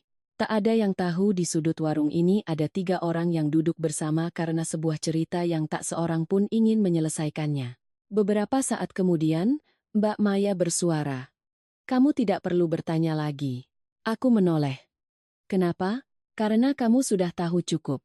Aku tersenyum tipis. Tahu cukup untuk apa? Ia tidak menjawab. Suamiku berkata, Mas akan selesaikan. Aku menatapnya. Ia sudah mengatakan kalimat itu sebelumnya. Ia tidak menambahkan apa-apa. Aku menatap mereka berdua, lalu berkata pelan. Aku tidak butuh kalian menyelesaikan masalah ini. Aku butuh tahu di mana posisi kalian berdua. Tak ada yang langsung menjawab. Sesaat kemudian, Mbak Maya berkata, saya tidak lagi di dalam rumah itu, tapi saya masih di dalam cerita ini. Ia tidak menyangkalnya. Aku menoleh pada suamiku. Kalau Mas, ia menatapku, kali ini tidak menghindar. Mas ada di tengah-tengah. Jawaban itu membuat segalanya yang sebelumnya samar menjadi lebih jelas. Aku mengangguk. Aku mengerti. Aku berdiri tanpa berkata apa-apa lagi. Mereka berdua tidak menahanku. Aku melangkah keluar dari warung tanpa menoleh. Angin di luar berhembus, membawa aroma asap kendaraan dan suara bising yang familiar. Aku berjalan beberapa langkah lalu berhenti di trotoar. Beberapa saat kemudian, aku mendengar langkah kaki di belakang. Anissa, suamiku. Aku tidak berbalik. Kamu mau kemana? Pulang. Mas antar. Aku mengangguk. Kami berjalan berdampingan, tak ada yang bicara. Jalan pulang tidak jauh, tapi hari itu terasa lebih panjang. Saat kami baru tiba di ujung gang, ponselnya bergetar lagi. Ia berhenti, melihat layar, lalu menatapku. Aku tidak berkata apa-apa. Ia mengangkat telepon. Halo, suara Mbak Maya terdengar dari seberang. Kali ini aku bisa mendengarnya lebih jelas. Kamu sudah pulang? Ia tidak langsung menjawab. Aku berdiri di sana menatapnya, menunggu apa yang akan ia katakan selanjutnya. Ia memegang ponselnya, berdiri tepat di ujung gang, di mana cahaya lampu jalan tidak cukup terang untuk menyembunyikan keraguan di wajahnya. Aku berdiri selangkah di belakangnya, cukup dekat untuk mendengar setiap suara dari seberang. cukup jauh untuk memberinya ruang. "Kamu sudah pulang?" Suara Mbak Maya terdengar jelas, tidak terburu-buru seperti sebelumnya. Kali ini lebih seperti pertanyaan rutin yang sudah sering diulang. Suamiku tidak langsung menjawab. Ia menatap ke bawah, lalu melirikku sekilas, seolah menimbang jawaban mana yang akan paling sedikit menimbulkan masalah, masih di jalan. Begitu kalimat itu selesai, aku bisa melihat tangannya sedikit mengepal di ponselnya. Bukan karena kalimat itu sulit, tapi karena terlalu mudah. Hening sejenak di seberang sana. Pulang ke rumah atau mau ke tempat lain? Aku menatap lurus ke arahnya. Tidak menuntut. Tidak memaksa. Hanya menunggu. Kali ini ia tidak menatapku. Pulang ke rumah. Jawaban itu jatuh. Tidak keras, tapi cukup untuk ku dengar setiap katanya. Aku tidak berkata apa-apa. Hanya berbalik dan melangkah masuk ke dalam gang. Ia mematikan telepon dan mengikutiku. Gang terasa lebih gelap. Beberapa rumah sudah menutup pintu. Suara televisi dari suatu tempat terdengar bercampur dengan obrolan tetangga. Semuanya masih normal. Hanya langkah kaki kami berdua yang tidak lagi seirama. Setibanya di rumah, pintu masih terbuka. Ibu mertua duduk di ruang keluarga, televisi menyala pelan. Ayah mertua duduk di sampingnya, mata terpaku ke layar. Mbak Ratna sudah tidak ada. Ibu mertua mengangkat kepala. "Sudah pulang?" "Iya, Bu," jawabku, lalu berjalan lurus ke dalam. Suamiku berhenti sebentar, berbicara beberapa patah kata dengan ibunya yang tidak kudengar jelas. Aku naik ke kamar, tidak langsung menyalakan lampu. Kamar gelap, hanya ada cahaya dari luar jendela. Aku duduk di tepi ranjang, tangan di atas lutut, merasa semua yang baru saja terjadi belum sempat mengendap. Sesaat kemudian, pintu terbuka. Suamiku masuk, menyalakan lampu. Cahayanya membuatku sedikit menyipitkan mata. Ia berdiri di dekat pintu, tidak langsung mendekat. "Kamu capek?" Aku menggeleng. "Tidak." Ia mendekat, duduk di tepi ranjang, menjaga jarak yang cukup di antara kami. "Mas sudah bicara terus terang sama Maya." Aku menoleh padanya. "Bicara apa?" Ia menunduk menatap tangannya. "Mas bilang mulai sekarang kita harus berhenti." Aku mendengarkan tanpa bereaksi. Dia bilang apa? Ia terdiam beberapa detik. Tidak banyak bicara. Maksudnya, ia tidak menjawab secara langsung. Dia mengerti. Aku mengangguk pelan. Mengerti itu satu hal, menerima itu hal lain. Ia menatapku, kali ini dengan raut lelah. "Mas akan urus." Aku tidak lagi menanyakan pertanyaan itu. Kalimat "Mas akan urus" sudah terlalu sering terulang hari ini hingga kehilangan maknanya. Aku berdiri, berjalan ke lemari, mengambil pakaian, lalu menoleh padanya. "Besok aku kerja lagi." Ia mengangguk. "Iya." Tak ada lagi kata-kata tambahan. Malam itu aku bisa tidur, tapi tidak nyenyak. Setiap kali terbangun, aku melihatnya berbaring membelakangiku, tangan di dekat ponselnya. Keesokan paginya, aku bangun lebih awal, bersiap berangkat kerja. Turun ke dapur, ibu mertua sudah bangun, sedang memasak. "Sudah mau kerja lagi?" "Nak." "Iya, Bu." Beliau mengangguk. "Bagus kalau berangkat pagi." Aku tidak banyak bicara, sarapan seadanya, lalu bersiap keluar. Suamiku turun dari lantai atas, kemejanya sudah rapi. "Mas antar ya?" "Tidak usah. Aku bisa sendiri." Ia tidak memaksa. "Baiklah." Aku mengeluarkan motor. Saat baru saja keluar dari gang, aku melihat dari kaca spion. Ia masih berdiri di depan pintu, memandang kepergianku. Sepanjang pagi di kantor, aku bekerja seperti biasa. Angka, laporan, data-data yang familiar itu membantuku agar tidak berpikir macam-macam. Tapi setiap kali ponselku bergetar, tanpa sadar aku selalu melirik, seolah menunggu sesuatu. Menjelang siang, ponselku benar-benar bergetar. Bukan nomor asing, itu nomor Mbak Maya. Aku menatap layar beberapa detik, lalu mengangkatnya. "Halo." Hening sejenak di seberang, lalu suaranya terdengar. "Kamu di kantor?" "Iya. Saya mau bertemu." Aku tidak langsung menanyakan alasannya. "Untuk apa?" "Ada yang perlu dibicarakan." Aku melihat jam. Sekarang saya masih kerja. Apa kamu ada waktu luang? Aku berpikir sejenak. 1 jam. Kalau begitu, di warung kemarin. Baik. Panggilan berakhir dengan cepat. Aku meletakkan ponsel dan melanjutkan pekerjaan, tapi pikiranku sudah beralih. Tepat jam istirahat, aku izin keluar. Aku pergi ke warung kopi di ujung gang. Kali ini aku datang lebih dulu, duduk di meja yang sama. Memesan minuman dan menunggu. Sekitar 10 menit kemudian, Mbak Maya masuk. Hari ini ia berpakaian lebih sederhana, riasannya tidak tebal, wajahnya jika diperhatikan baru terlihat sedikit lelah. Ia duduk di seberangku. Sudah lama menunggu? Baru saja. Hening sejenak, lalu ia berkata, Mas Budi sudah bicara padaku, tadi malam. Aku mengangguk. Lalu, bagaimana menurut Anda? Ia tidak langsung menjawab. Tangannya di atas meja, jari-jarinya mengetuk pelan, persis seperti kebiasaan suamiku. Menurutku, masalah ini tidak sesederhana yang dia katakan. Aku menatapnya. Maksud Anda? Ia menatap lurus ke arahku. Menurutmu, Mas Budi menikahimu itu karena dirimu atau karena keluarganya? Pertanyaan itu datang langsung, tanpa basa-basi.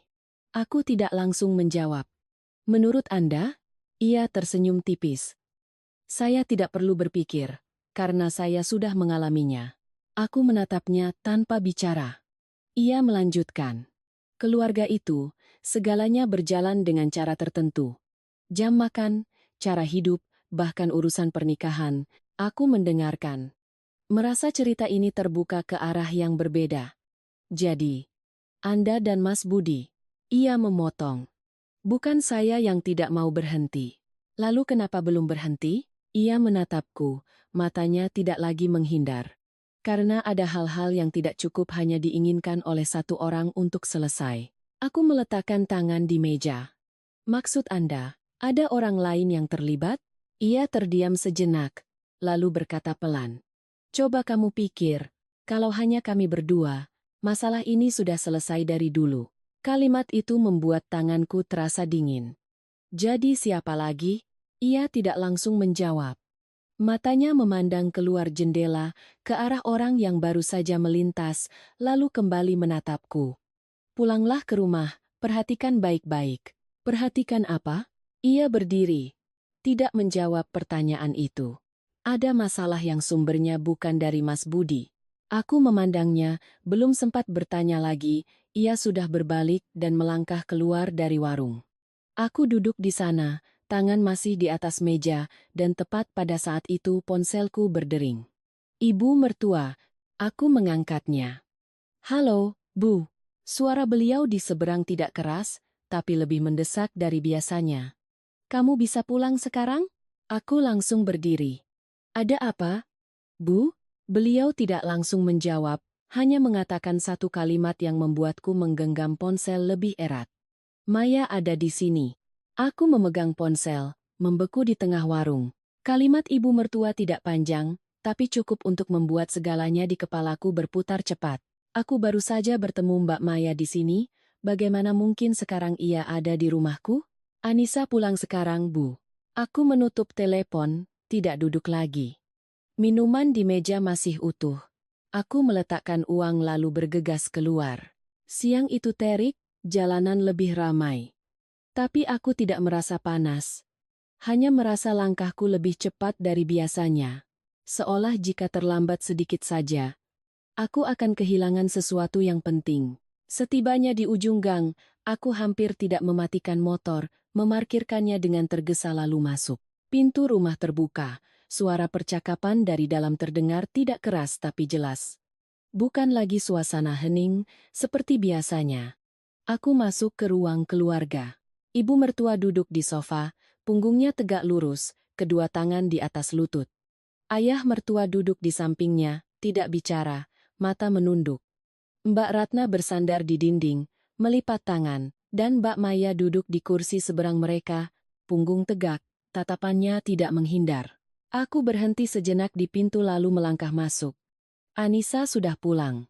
Ibu mertua menatapku, mengangguk pelan. Iya, duduklah. Aku tidak langsung duduk. Aku memandang berkeliling sejenak, baru kemudian menarik kursi dan duduk di samping Mbak Ratna. Jarak antara aku dan Mbak Maya cukup untuk saling melihat dengan jelas. Ia menatapku, tidak terkejut. Cepat sekali kamu pulang. Aku menjawab singkat. Iya. Hening selama beberapa detik. Suasana di ruangan berat, tapi tidak gaduh. Masing-masing menjaga posisinya.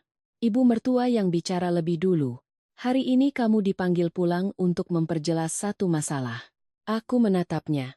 Iya Bu. Beliau menoleh ke Mbak Maya. Bicaralah. Mbak Maya tidak menolak. Ia duduk lebih tegak, memandang berkeliling, lalu berhenti padaku. Saya kesini bukan untuk mempersulit siapapun. Tak ada yang menyela. Saya datang untuk bicara sekali ini saja, biar selesai. Aku mendengarkan tanpa bereaksi. Ia melanjutkan. Saya dan Mas Budi kenal sebelum kamu datang. Saya tahu, kataku. Ia mengangguk. Saya tidak menyangkalnya. Kamu juga tidak perlu menanyakan itu lagi. Ia menatapku, tatapannya sedikit berbeda. Jadi kamu mau tanya apa?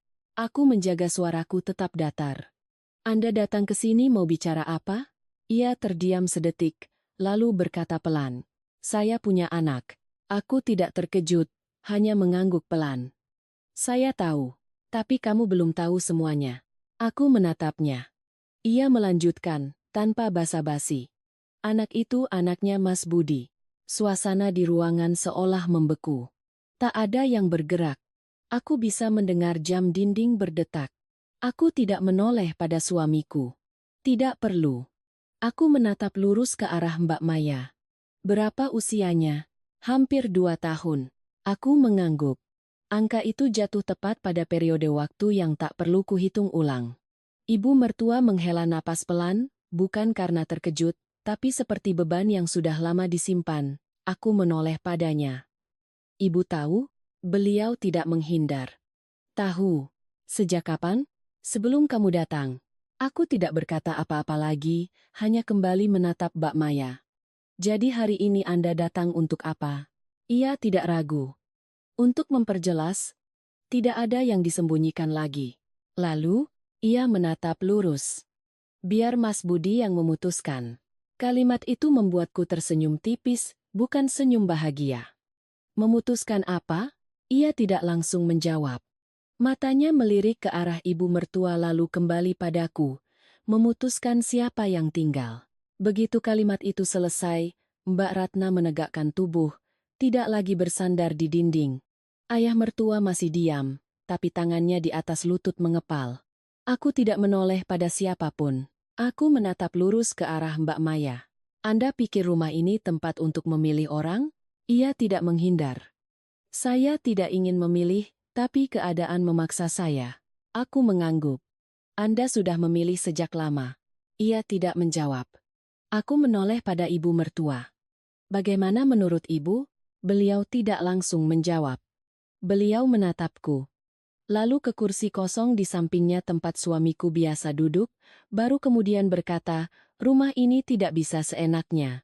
Aku mengerti kalimat itu, tapi tidak bertanya lebih lanjut. Tepat pada saat itu, pintu terbuka. Suamiku masuk. Ia membeku saat melihat semua orang ada di sana. Matanya berhenti di Mbak Maya, lalu beralih padaku. Hening selama beberapa detik. Lalu ia masuk, meletakkan tasnya di meja. Ada apa ini? Suaranya masih terdengar normal, tapi aku bisa melihat tenggorokannya kering. Ibu mertua tidak menjawab. Mbak Maya yang bersuara. Aku sudah bicara. Suamiku menatapnya, lalu menatapku. Bicara apa? Aku tidak menjawab. Aku hanya menatapnya. Mbak Maya berkata langsung. Soal anak itu, suamiku berdiri diam. 1 detik, 2 detik, lalu ia menghela napas sangat pelan. Oh, tidak menyangkal, tidak menjelaskan, hanya satu kata, oh, aku menatapnya. Mas, jelaskan. Ia tidak langsung menatapku. Ia berjalan ke dekat meja, menarik kursi tapi tidak duduk. Tangannya diletakkan di sandaran kursi seolah butuh pegangan. Ia hendak bicara, tapi belum sempat. Aku mengangguk. Belum sempat atau tidak mau bicara? Ia tidak menjawab. Aku bertanya lagi. Anak itu, Mas mengakuinya? Ia menatapku, kali ini tidak menghindar. Iya, jawaban itu jelas. Aku mengangguk. Jadi sekarang Mas mau bagaimana? Ia terdiam. Suasana di ruangan kembali menegang. Ibu mertua bersuara. Masalah ini harus diselesaikan dengan jelas. Tak ada yang menolak. Mbak Ratna menatap suamiku. Kamu bicaralah. Suamiku berdiri di sana, menatap semua orang satu persatu, lalu berhenti lebih lama padaku. Aku tidak menghindari tatapannya. Mas pilih yang mana? Pertanyaan itu tidak keras, tapi cukup untuk memusatkan segalanya di ruangan itu pada satu titik. Ia tidak langsung menjawab. Aku tidak mendesaknya. Mbak Maya tidak bicara lagi. Ibu mertua tidak menyela. Hanya ada suara kipas angin yang berputar di langit-langit. Ia menarik napas perlahan, lalu membuka mulut. Dan tepat pada saat itu, ponselnya berdering. Ponsel itu berdering tepat saat semua mata tertuju pada suamiku, seperti jeda yang tak diinginkan siapapun. Suaranya tidak keras, tapi di dalam ruangan yang begitu sunyi, terdengar sangat mengganggu. Ia melirik layar ponselnya, tangannya sedikit ragu. Tak ada yang bertanya siapa yang menelepon, tak perlu. Ia tidak langsung mengangkatnya. Aku menatapnya, tak berkata apa-apa, hanya menunggu. Deringan berhenti, hening sedetik, lalu berdering lagi. Kali ini ia mematikan layarnya, meletakkan ponselnya di meja dengan posisi terbalik. Nanti saja, katanya pelan, tapi cukup untuk semua orang paham bahwa ia memilih untuk tidak menjawab saat ini. Ibu mertua menatapnya. Suaranya dalam. Bicaralah. Ia tidak duduk. Masih berdiri, kedua tangan di sandaran kursi, mata menunduk lalu terangkat lagi. Soal anak itu, Mas tidak menyangkal. Tak ada yang menyela. Mas punya tanggung jawab. Kalimat itu diucapkannya lebih jelas, tidak ragu-ragu. Aku menatapnya tanpa ekspresi. Tanggung jawab bagaimana? Ia menatapku. Mas akan membiayainya. Membiayai bagaimana? Ia berhenti sejenak. Secara finansial, untuk kebutuhannya. Aku memotong, tidak dengan nada tinggi. Bagaimana dengan ibunya? Ia tidak langsung menjawab. Mbak Maya duduk di seberangnya, tangan di atas lutut. Tak bergerak, tapi matanya tak lepas dari suamiku. Ibu mertua menimpali, urusan orang dewasa harus diperhitungkan dengan jelas. Aku menoleh pada beliau. Aku sedang mendengarkan Mas Budi bicara, Bu. Beliau tidak bicara lagi. Suamiku menarik napas perlahan. Mas dan Maya sudah bicara. Aku menatapnya. Bicara apa? Tidak akan kembali seperti dulu. Mbak Maya sedikit memejamkan mata, lalu membukanya lagi. Tidak ada reaksi keras. Aku bertanya lagi. Jadi dia akan bagaimana? Ia melirik ke arah Mbak Maya, lalu kembali padaku. Mas akan tetap menanggung mereka berdua. Aku mengangguk. Lalu aku? Ia menatapku, kali ini tatapannya terasa berat. Kamu istri Mas. Aku tidak langsung bereaksi. Mas yakin? Ia tidak langsung menjawab. Aku melanjutkan. Karena kalau Mas yakin, Mas tidak akan membiarkan masalah ini berlarut-larut sampai sekarang. Ia terdiam. Suasana di ruangan bukan lagi keheningan biasa, tapi keheningan yang membuat napas masing-masing orang terdengar. Mbak Ratna melangkah ke tengah ruangan, tidak lagi bersandar di dinding. Bicaralah yang jelas, katanya menatap lurus pada adiknya. Pilih siapa, lepas siapa. Bilang sekarang. Suamiku menoleh pada kakaknya. Mbak jangan bicara begitu. Mbak Ratna tidak menghindar. Kalau tidak begitu, bagaimana lagi? Ia tidak menjawab. Aku tidak ikut campur. Aku membiarkannya berdiri di tengah semua tatapan itu, untuk bicara sendiri. Beberapa saat kemudian, ia menoleh padaku, suaranya lebih rendah. Mas tidak akan meninggalkanmu. Aku menatapnya. Lalu ia tidak langsung menjawab. Mbak Maya bersuara. Nadanya tidak keras tapi sangat jelas. Kamu tidak perlu menjawab untukku. Seluruh ruangan menoleh padanya. Ia menatap lurus pada suamiku. Kamu pilih Anissa. Aku tidak akan menghalangi. Hening sejenak. Tapi kamu harus bicara yang jelas. Suamiku menatapnya tanpa bicara. Ia melanjutkan. Apa kamu berani bilang mulai sekarang kamu tidak ada hubungan apa-apa lagi denganku? Pertanyaan itu tidak bernada tinggi, tapi tajam. Suamiku tidak langsung menjawab, aku menatapnya. Ini bukan lagi soal memilih siapa yang tinggal di dalam satu rumah, ini soal apakah ia berani memotong sebagian dari dirinya atau tidak. Ia menunduk ke meja, lalu mengangkat kepala. Mas tetap harus bertanggung jawab. Mbak Maya tersenyum tipis, bukan senyum bahagia. Aku tidak bertanya soal tanggung jawab, suaranya hening. Aku bertanya soal perasaan. Kalimat itu membuat suasana semakin berat. Ibu mertua menghela napas, seolah tak ingin mendengar tapi terpaksa. Aku tidak lagi menatap Mbak Maya. Aku menatap suamiku. Jawablah. Ia tidak menghindar, tapi tidak langsung bicara. Sesaat kemudian ia berkata, Mas tidak akan kembali. Kalimat itu jelas. Mbak Maya tidak bereaksi keras, hanya mengangguk pelan. Baiklah.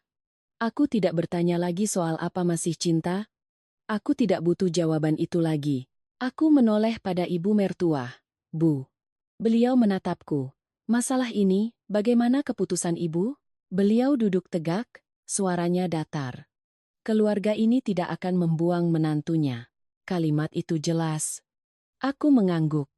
Lalu bagaimana dengan Mbak Maya? Beliau tidak langsung menjawab. Mbak Maya yang bersuara. Saya tidak perlu masuk ke keluarga ini. Ibu mertua menatapnya. Kamu juga tidak perlu bicara begitu. Mbak Maya menggeleng. Saya tahu posisi saya di mana. Kalimat itu tidak terdengar getir, tidak menyalahkan, tapi terasa berat bagi yang mendengar. Aku berdiri. Tak ada yang menahanku. Aku berjalan ke arah pintu, berhenti sejenak, lalu berbalik menatap seluruh ruangan. Aku tidak butuh ditahan oleh siapapun, atau disuruh oleh siapapun. Aku hanya perlu tahu, apakah aku sendiri mau tinggal atau tidak. Setelah berkata begitu, aku berbalik dan melangkah keluar. Suasana di belakangku masih sama, tapi tidak lagi bisa menahanku. Aku berjalan ke ujung gang, tidak terburu-buru, juga tidak lambat. Sinar matahari sore sudah melembut, angin berhembus lebih sejuk. Aku berhenti di sudut gang. Tempat kemarin aku juga berdiri. Beberapa saat kemudian, terdengar langkah kaki di belakang. Tak perlu menoleh, aku sudah tahu siapa. Anissa, suara suamiku. Aku tidak berbalik. Pulanglah. Aku sedang pulang. Ia berdiri di belakangku, tidak mendekat. Kamu rencananya bagaimana? Aku berbalik menatapnya. Mas baru saja bilang. Bilang apa? Mas tidak akan meninggalkanku. Ia mengangguk. Iya. Aku menatapnya. Itu Mas. Kalau aku? Ia terdiam. Aku melanjutkan. Aku butuh waktu. Ia mengangguk. Mas akan tunggu. Aku tidak berkata apa-apa lagi. Tepat pada saat itu, ponselnya berdering lagi. Ia melihat ke bawah, kali ini ia tidak membalikkan layarnya. Aku bisa melihat dengan jelas nama penelepon. Bukan Maya. Nama lain yang belum pernah kulihat selama ini. Ia menatapku sedetik, lalu mengangkat telepon. Halo. Aku berdiri di sana menatapnya, dan mendengar suara dari seberang. Kali ini suara laki-laki, parau dan sangat cepat. Budi, cepat pulang, bapakmu jatuh. Suara di seberang sana begitu panik hingga hampir tidak membentuk kalimat, bercampur dengan napas yang tersengal. Suamiku membeku, matanya menatap lurus ke depan seolah tidak bisa mencerna apa yang baru saja ia dengar. Bapak? Bapak kenapa? Tak ada jawaban langsung, hanya suara gaduh seolah telepon dipegang dengan tidak stabil. Cepat pulang. Ia mematikan telepon. Tanpa menatapku, ia berkata cepat, Bapak jatuh. Aku tidak bertanya lebih lanjut. Kami berdua serentak berbalik dan bergegas menuju rumah. Gang itu kini tidak lagi sepi. Beberapa tetangga sudah berkumpul di depan pintu, berbicara pelan tapi dengan nada cemas. Saat kami masuk, pemandangan di depan membuatku berhenti sejenak. Ayah mertua terbaring miring di lantai, kepalanya disangga seadanya dengan bantal tipis. Ibu mertua duduk di sampingnya, tangan memegangi bahu beliau, matanya tak lepas dari wajah suaminya. Mbak Ratna berdiri di dekat pintu, menelepon, suaranya bergetar. Iya, Dok, tolong cepat ke sini. Aku mendekat, berlutut di sampingnya. Napas ayah mertua tidak teratur, matanya setengah terbuka tapi tidak fokus. "Bapak," panggil suamiku. Untuk pertama kalinya, aku mendengar nada panik dalam suaranya. Ayah mertua tidak menjawab, hanya bernapas berat. Aku menopang kepalanya pelan, merasakan hawa dingin dari kulitnya. Ibu mertua menatapku, tatapannya tidak lagi setajam biasanya, hanya tersisa kekhawatiran yang tulus. "Sudah panggil ambulans?" "Sudah, Bu," jawab Mbak Ratna dari belakang. Beberapa saat kemudian, sirene ambulans terdengar di ujung gang. Para tetangga menepi. Segalanya terjadi lebih cepat dari biasanya, tapi di kepalaku setiap momen terasa melambat. Ayah mertua diangkat ke tandu, ibu mertua ikut naik, suamiku juga. Aku berhenti sedetik, lalu menyusul. Di dalam ambulans tak ada yang bicara. Hanya ada suara mesin, suara napas, dan detak jantungku sendiri yang berdebar kencang. Setibanya di rumah sakit, semuanya kembali berjalan cepat. Dokter membawa beliau ke ruang gawat darurat, pintunya tertutup. Kami menunggu di luar, tak ada yang bicara. Ibu mertua duduk di kursi tunggu, kedua tangan bertaut, mata menatap lurus. Mbak Ratna bersandar di dinding, tidak lagi melipat tangan, tapi memeluk bahunya sendiri.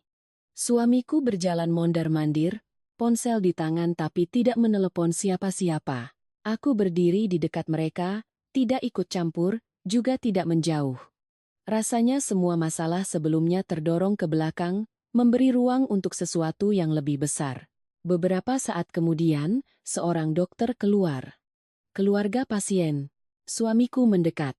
"Saya, Dok, tekanan darah ayah Anda turun drastis, ada tanda-tanda kelelahan ekstrem. Saat ini sudah stabil sementara, tapi perlu observasi." Ibu mertua berdiri, mendekat. "Dokter, suami saya tidak apa-apa. Saat ini tidak dalam kondisi bahaya, tapi harus dirawat inap beberapa waktu." Beliau mengangguk, menghela napas lega tapi tidak sepenuhnya tenang. Kami diizinkan masuk. Ayah mertua berbaring di tempat tidur, mata terpejam, napasnya lebih teratur. Aku berdiri di ujung ranjang, memandang tanpa bicara. Suamiku berdiri di sampingnya, tangan diletakkan pelan di pinggir ranjang. Ibu mertua duduk paling dekat, tak beranjak. Sesaat kemudian, beliau membuka mata. Pandangannya kabur, tapi ia masih mengenali kami. "Budi." Suaranya lemah, tapi memanggil nama yang benar. "Iya Pak, Budi di sini." Suamiku menunduk. Beliau menatap ibu mertua, lalu Mbak Ratna, kemudian berhenti padaku. Ia tidak berkata apa-apa, hanya memandang, lalu kembali menatap suamiku. "Pulanglah." Suamiku mengangguk. "Iya Pak, Bapak istirahat saja." Beliau memejamkan mata. Suasana di ruangan menjadi hening. Aku melangkah keluar, berdiri di koridor. Lampu putih, orang lalu lalang, suara langkah kaki, derit roda berangkar, semuanya menciptakan ritme yang berbeda dari rumah kami tadi pagi. Sesaat kemudian, suamiku keluar. "Kenapa di sini?" "Cari angin." Ia berdiri di sampingku. "Bapak sudah tidak apa-apa?" "Syukurlah." Hening sejenak. Ia menatapku. "Soal tadi." Aku memotongnya. "Nanti saja." Ia tidak melanjutkan. Tak lama, Mbak Ratna juga keluar. "Malam ini sepertinya harus ada yang menjaga." Suamiku mengangguk. "Iya." Aku melihat jam. "Aku pulang dulu ambil beberapa barang." Ibu mertua keluar dari ruangan. "Kamu pulang saja istirahat, di sini ada mereka." Aku menatapnya. "Anissa pulang ambil pakaian lalu kembali lagi, Bu." Beliau mengangguk. Aku berbalik dan berjalan keluar. Jalanan sudah gelap, lampu kendaraan berbaris panjang. Aku memesan ojek online untuk pulang. Rumah terasa lebih luas saat kosong, tak ada lagi suara televisi, tak ada lagi suara orang. Aku menyalakan lampu dan masuk.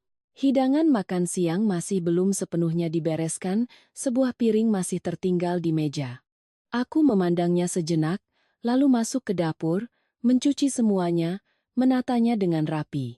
Naik ke kamar, aku membuka lemari, mengambil beberapa setel pakaian. Mataku berhenti pada ponsel suamiku yang tergeletak di meja. Ia lupa membawanya. Aku tidak langsung menyentuhnya, hanya memandang. Layarnya gelap. Sesaat kemudian, layarnya menyala. Pesan baru. Nama pengirimnya bukan Maya, tapi nomor tak dikenal. Isinya muncul dengan sangat singkat. Sudah kamu putuskan? Tanganku berhenti di pinggir meja. Aku tidak membukanya, tidak membaca lebih lanjut, hanya berdiri di sana melihat layar menyala lalu padam.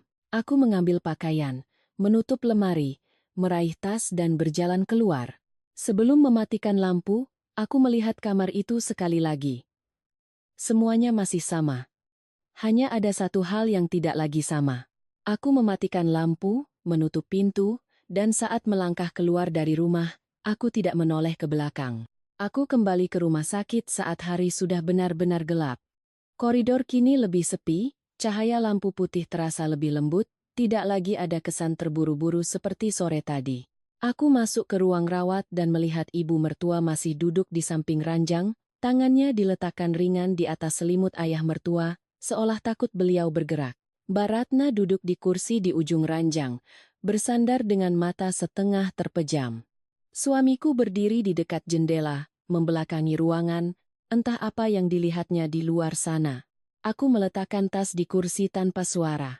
Ibu mertua mengangkat kepala menatapku, mengangguk pelan.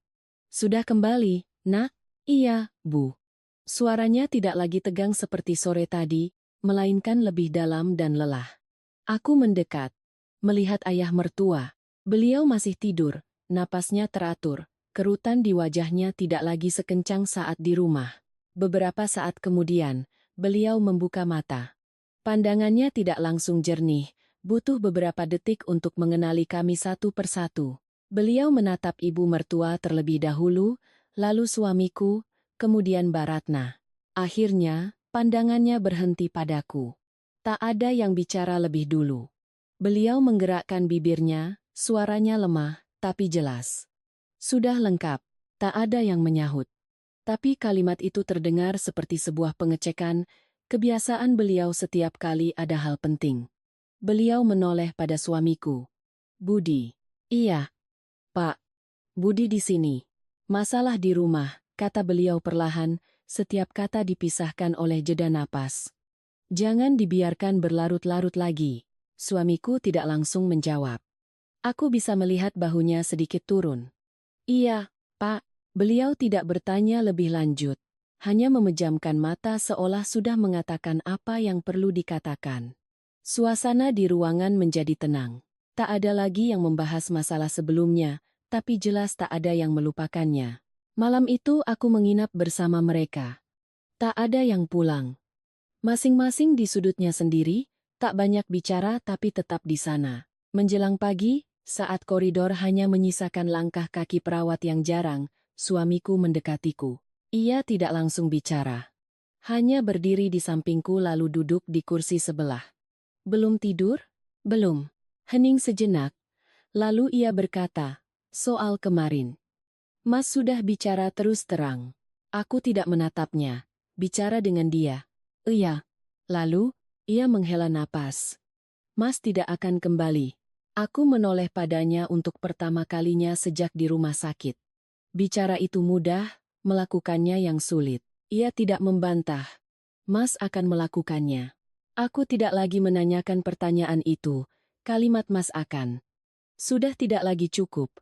Aku hanya mengatakan satu hal, Mas harus benar-benar jelas. Ia mengangguk. Mas mengerti. Tak ada lagi janji yang terucap. Keesokan paginya, ayah mertua sudah sadar sepenuhnya. Beliau tidak banyak bicara. Tapi tatapannya sudah lebih jernih. Ibu mertua merawatnya dengan telaten, tak ada lagi kesan kaku seperti biasanya. Mbak Ratna izin pulang lebih dulu untuk mengurus rumah.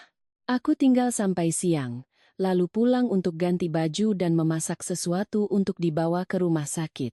Rumah terasa sangat berbeda. Tak ada lagi meja makan yang disiapkan lebih awal, tak ada lagi adegan aku pulang terlambat dan mendapati piring-piring sudah rapi. Aku berdiri di dapur, memasak bubur sederhana dan beberapa lauk ringan. Untuk pertama kalinya, Aku memasak tanpa berpikir apakah aku akan bisa ikut makan atau tidak. Sore itu, saat aku membawa bubur ke rumah sakit, suamiku sudah ada di sana. Ia sedang menyuapi ayahnya dengan sabar, sendok demi sendok. Ibu mertua duduk di sampingnya, diam, hanya memperhatikan. Aku berdiri di ambang pintu sejenak, lalu masuk. Anissa bawa bubur, Bu. Ibu mertua mengangguk. Letakkan saja di situ, Nak. Aku meletakkan panci, mengambil mangkuk dan menuangkannya. Saat aku menyodorkan mangkuk pada suamiku, ia menatapku sedetik, lalu menerimanya. Bisa? Tanyaku. Bisa. Aku tidak mengambil alih. Beberapa saat kemudian, ayah mertua selesai makan dan berbaring lagi. Ibu mertua berdiri, keluar sebentar. Hanya tersisa aku dan suamiku di dalam ruangan. Ia meletakkan mangkuk, menoleh padaku. Nis, aku tidak membiarkannya selesai. Mas sudah bicara padanya? Ia mengangguk. Sudah. Sudah jelas? Ia menatapku, jelas. Aku tidak menanyakan detailnya. Aku tidak perlu tahu setiap kata, hanya perlu tahu ia sudah memilih pihak. Beberapa saat kemudian, ponselnya bergetar. Ia melihat ke bawah, tidak menghindar. Nama yang tertera, Maya. Ia mengangkatnya, menatapnya sedetik, lalu menekan tombol untuk menolak panggilan. Tidak membalikannya. Tidak menghindar, hanya menolaknya. Ia meletakkan ponselnya dan menatapku. Aku tidak berkata apa-apa, hanya mengangguk pelan. Tak perlu kata-kata lagi.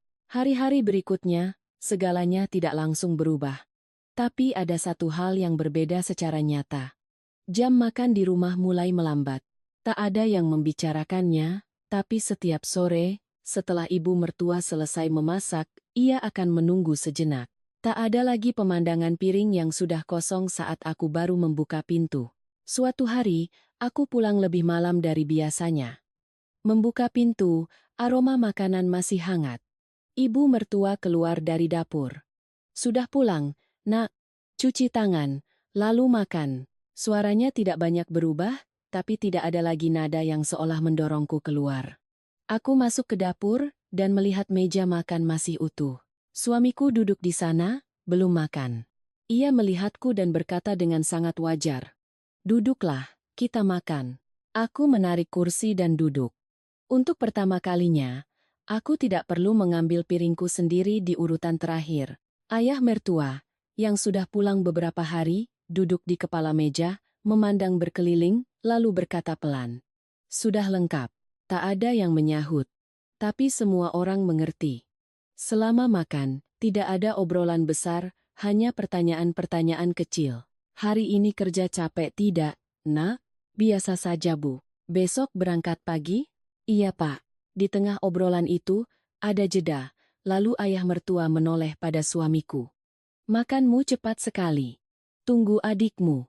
Kalimat itu terdengar seperti teguran biasa, tapi membuat suamiku meletakkan sendoknya, menungguku menyelesaikan suapan sebelum ia mengambil lauk lagi. Aku menunduk ke piring, tidak berkata apa-apa. Makan malam hari itu tidak istimewa, tapi cukup untuk membuatku merasakan sesuatu yang sebelumnya tidak ada, sebuah tempat duduk yang jelas. Selesai makan, aku berdiri untuk membereskan piring. Ibu mertua berdiri di sampingku, mengulurkan tangan mengambil piring. Biar ibu saja. Anissa bisa, Bu. Beliau tidak memaksa, hanya berdiri di dekatku. Sesaat kemudian, beliau berkata pelan, nanti juga terbiasa. Aku tidak menjawab, hanya mengangguk pelan. Malam itu, aku duduk lama di kamar, tidak ada lagi perasaan terasing seperti hari-hari pertama. Segalanya belum sempurna, tapi sudah ada tempat untukku berdiri. Aku melihat keluar jendela. Gang kecil itu masih sama, dengan lampu kuningnya yang familiar. Aku teringat malam pertama aku berdiri di ambang pintu, melihat meja makan yang sudah kosong dan merasakan sebuah ruang hampa yang sangat nyata. Kini, ruang hampa itu telah terisi oleh sesuatu yang sangat sederhana. Sebuah panggilan, sebuah kursi, seseorang yang menunggu, dan sebuah meja makan yang tak lagi kekurangan siapapun.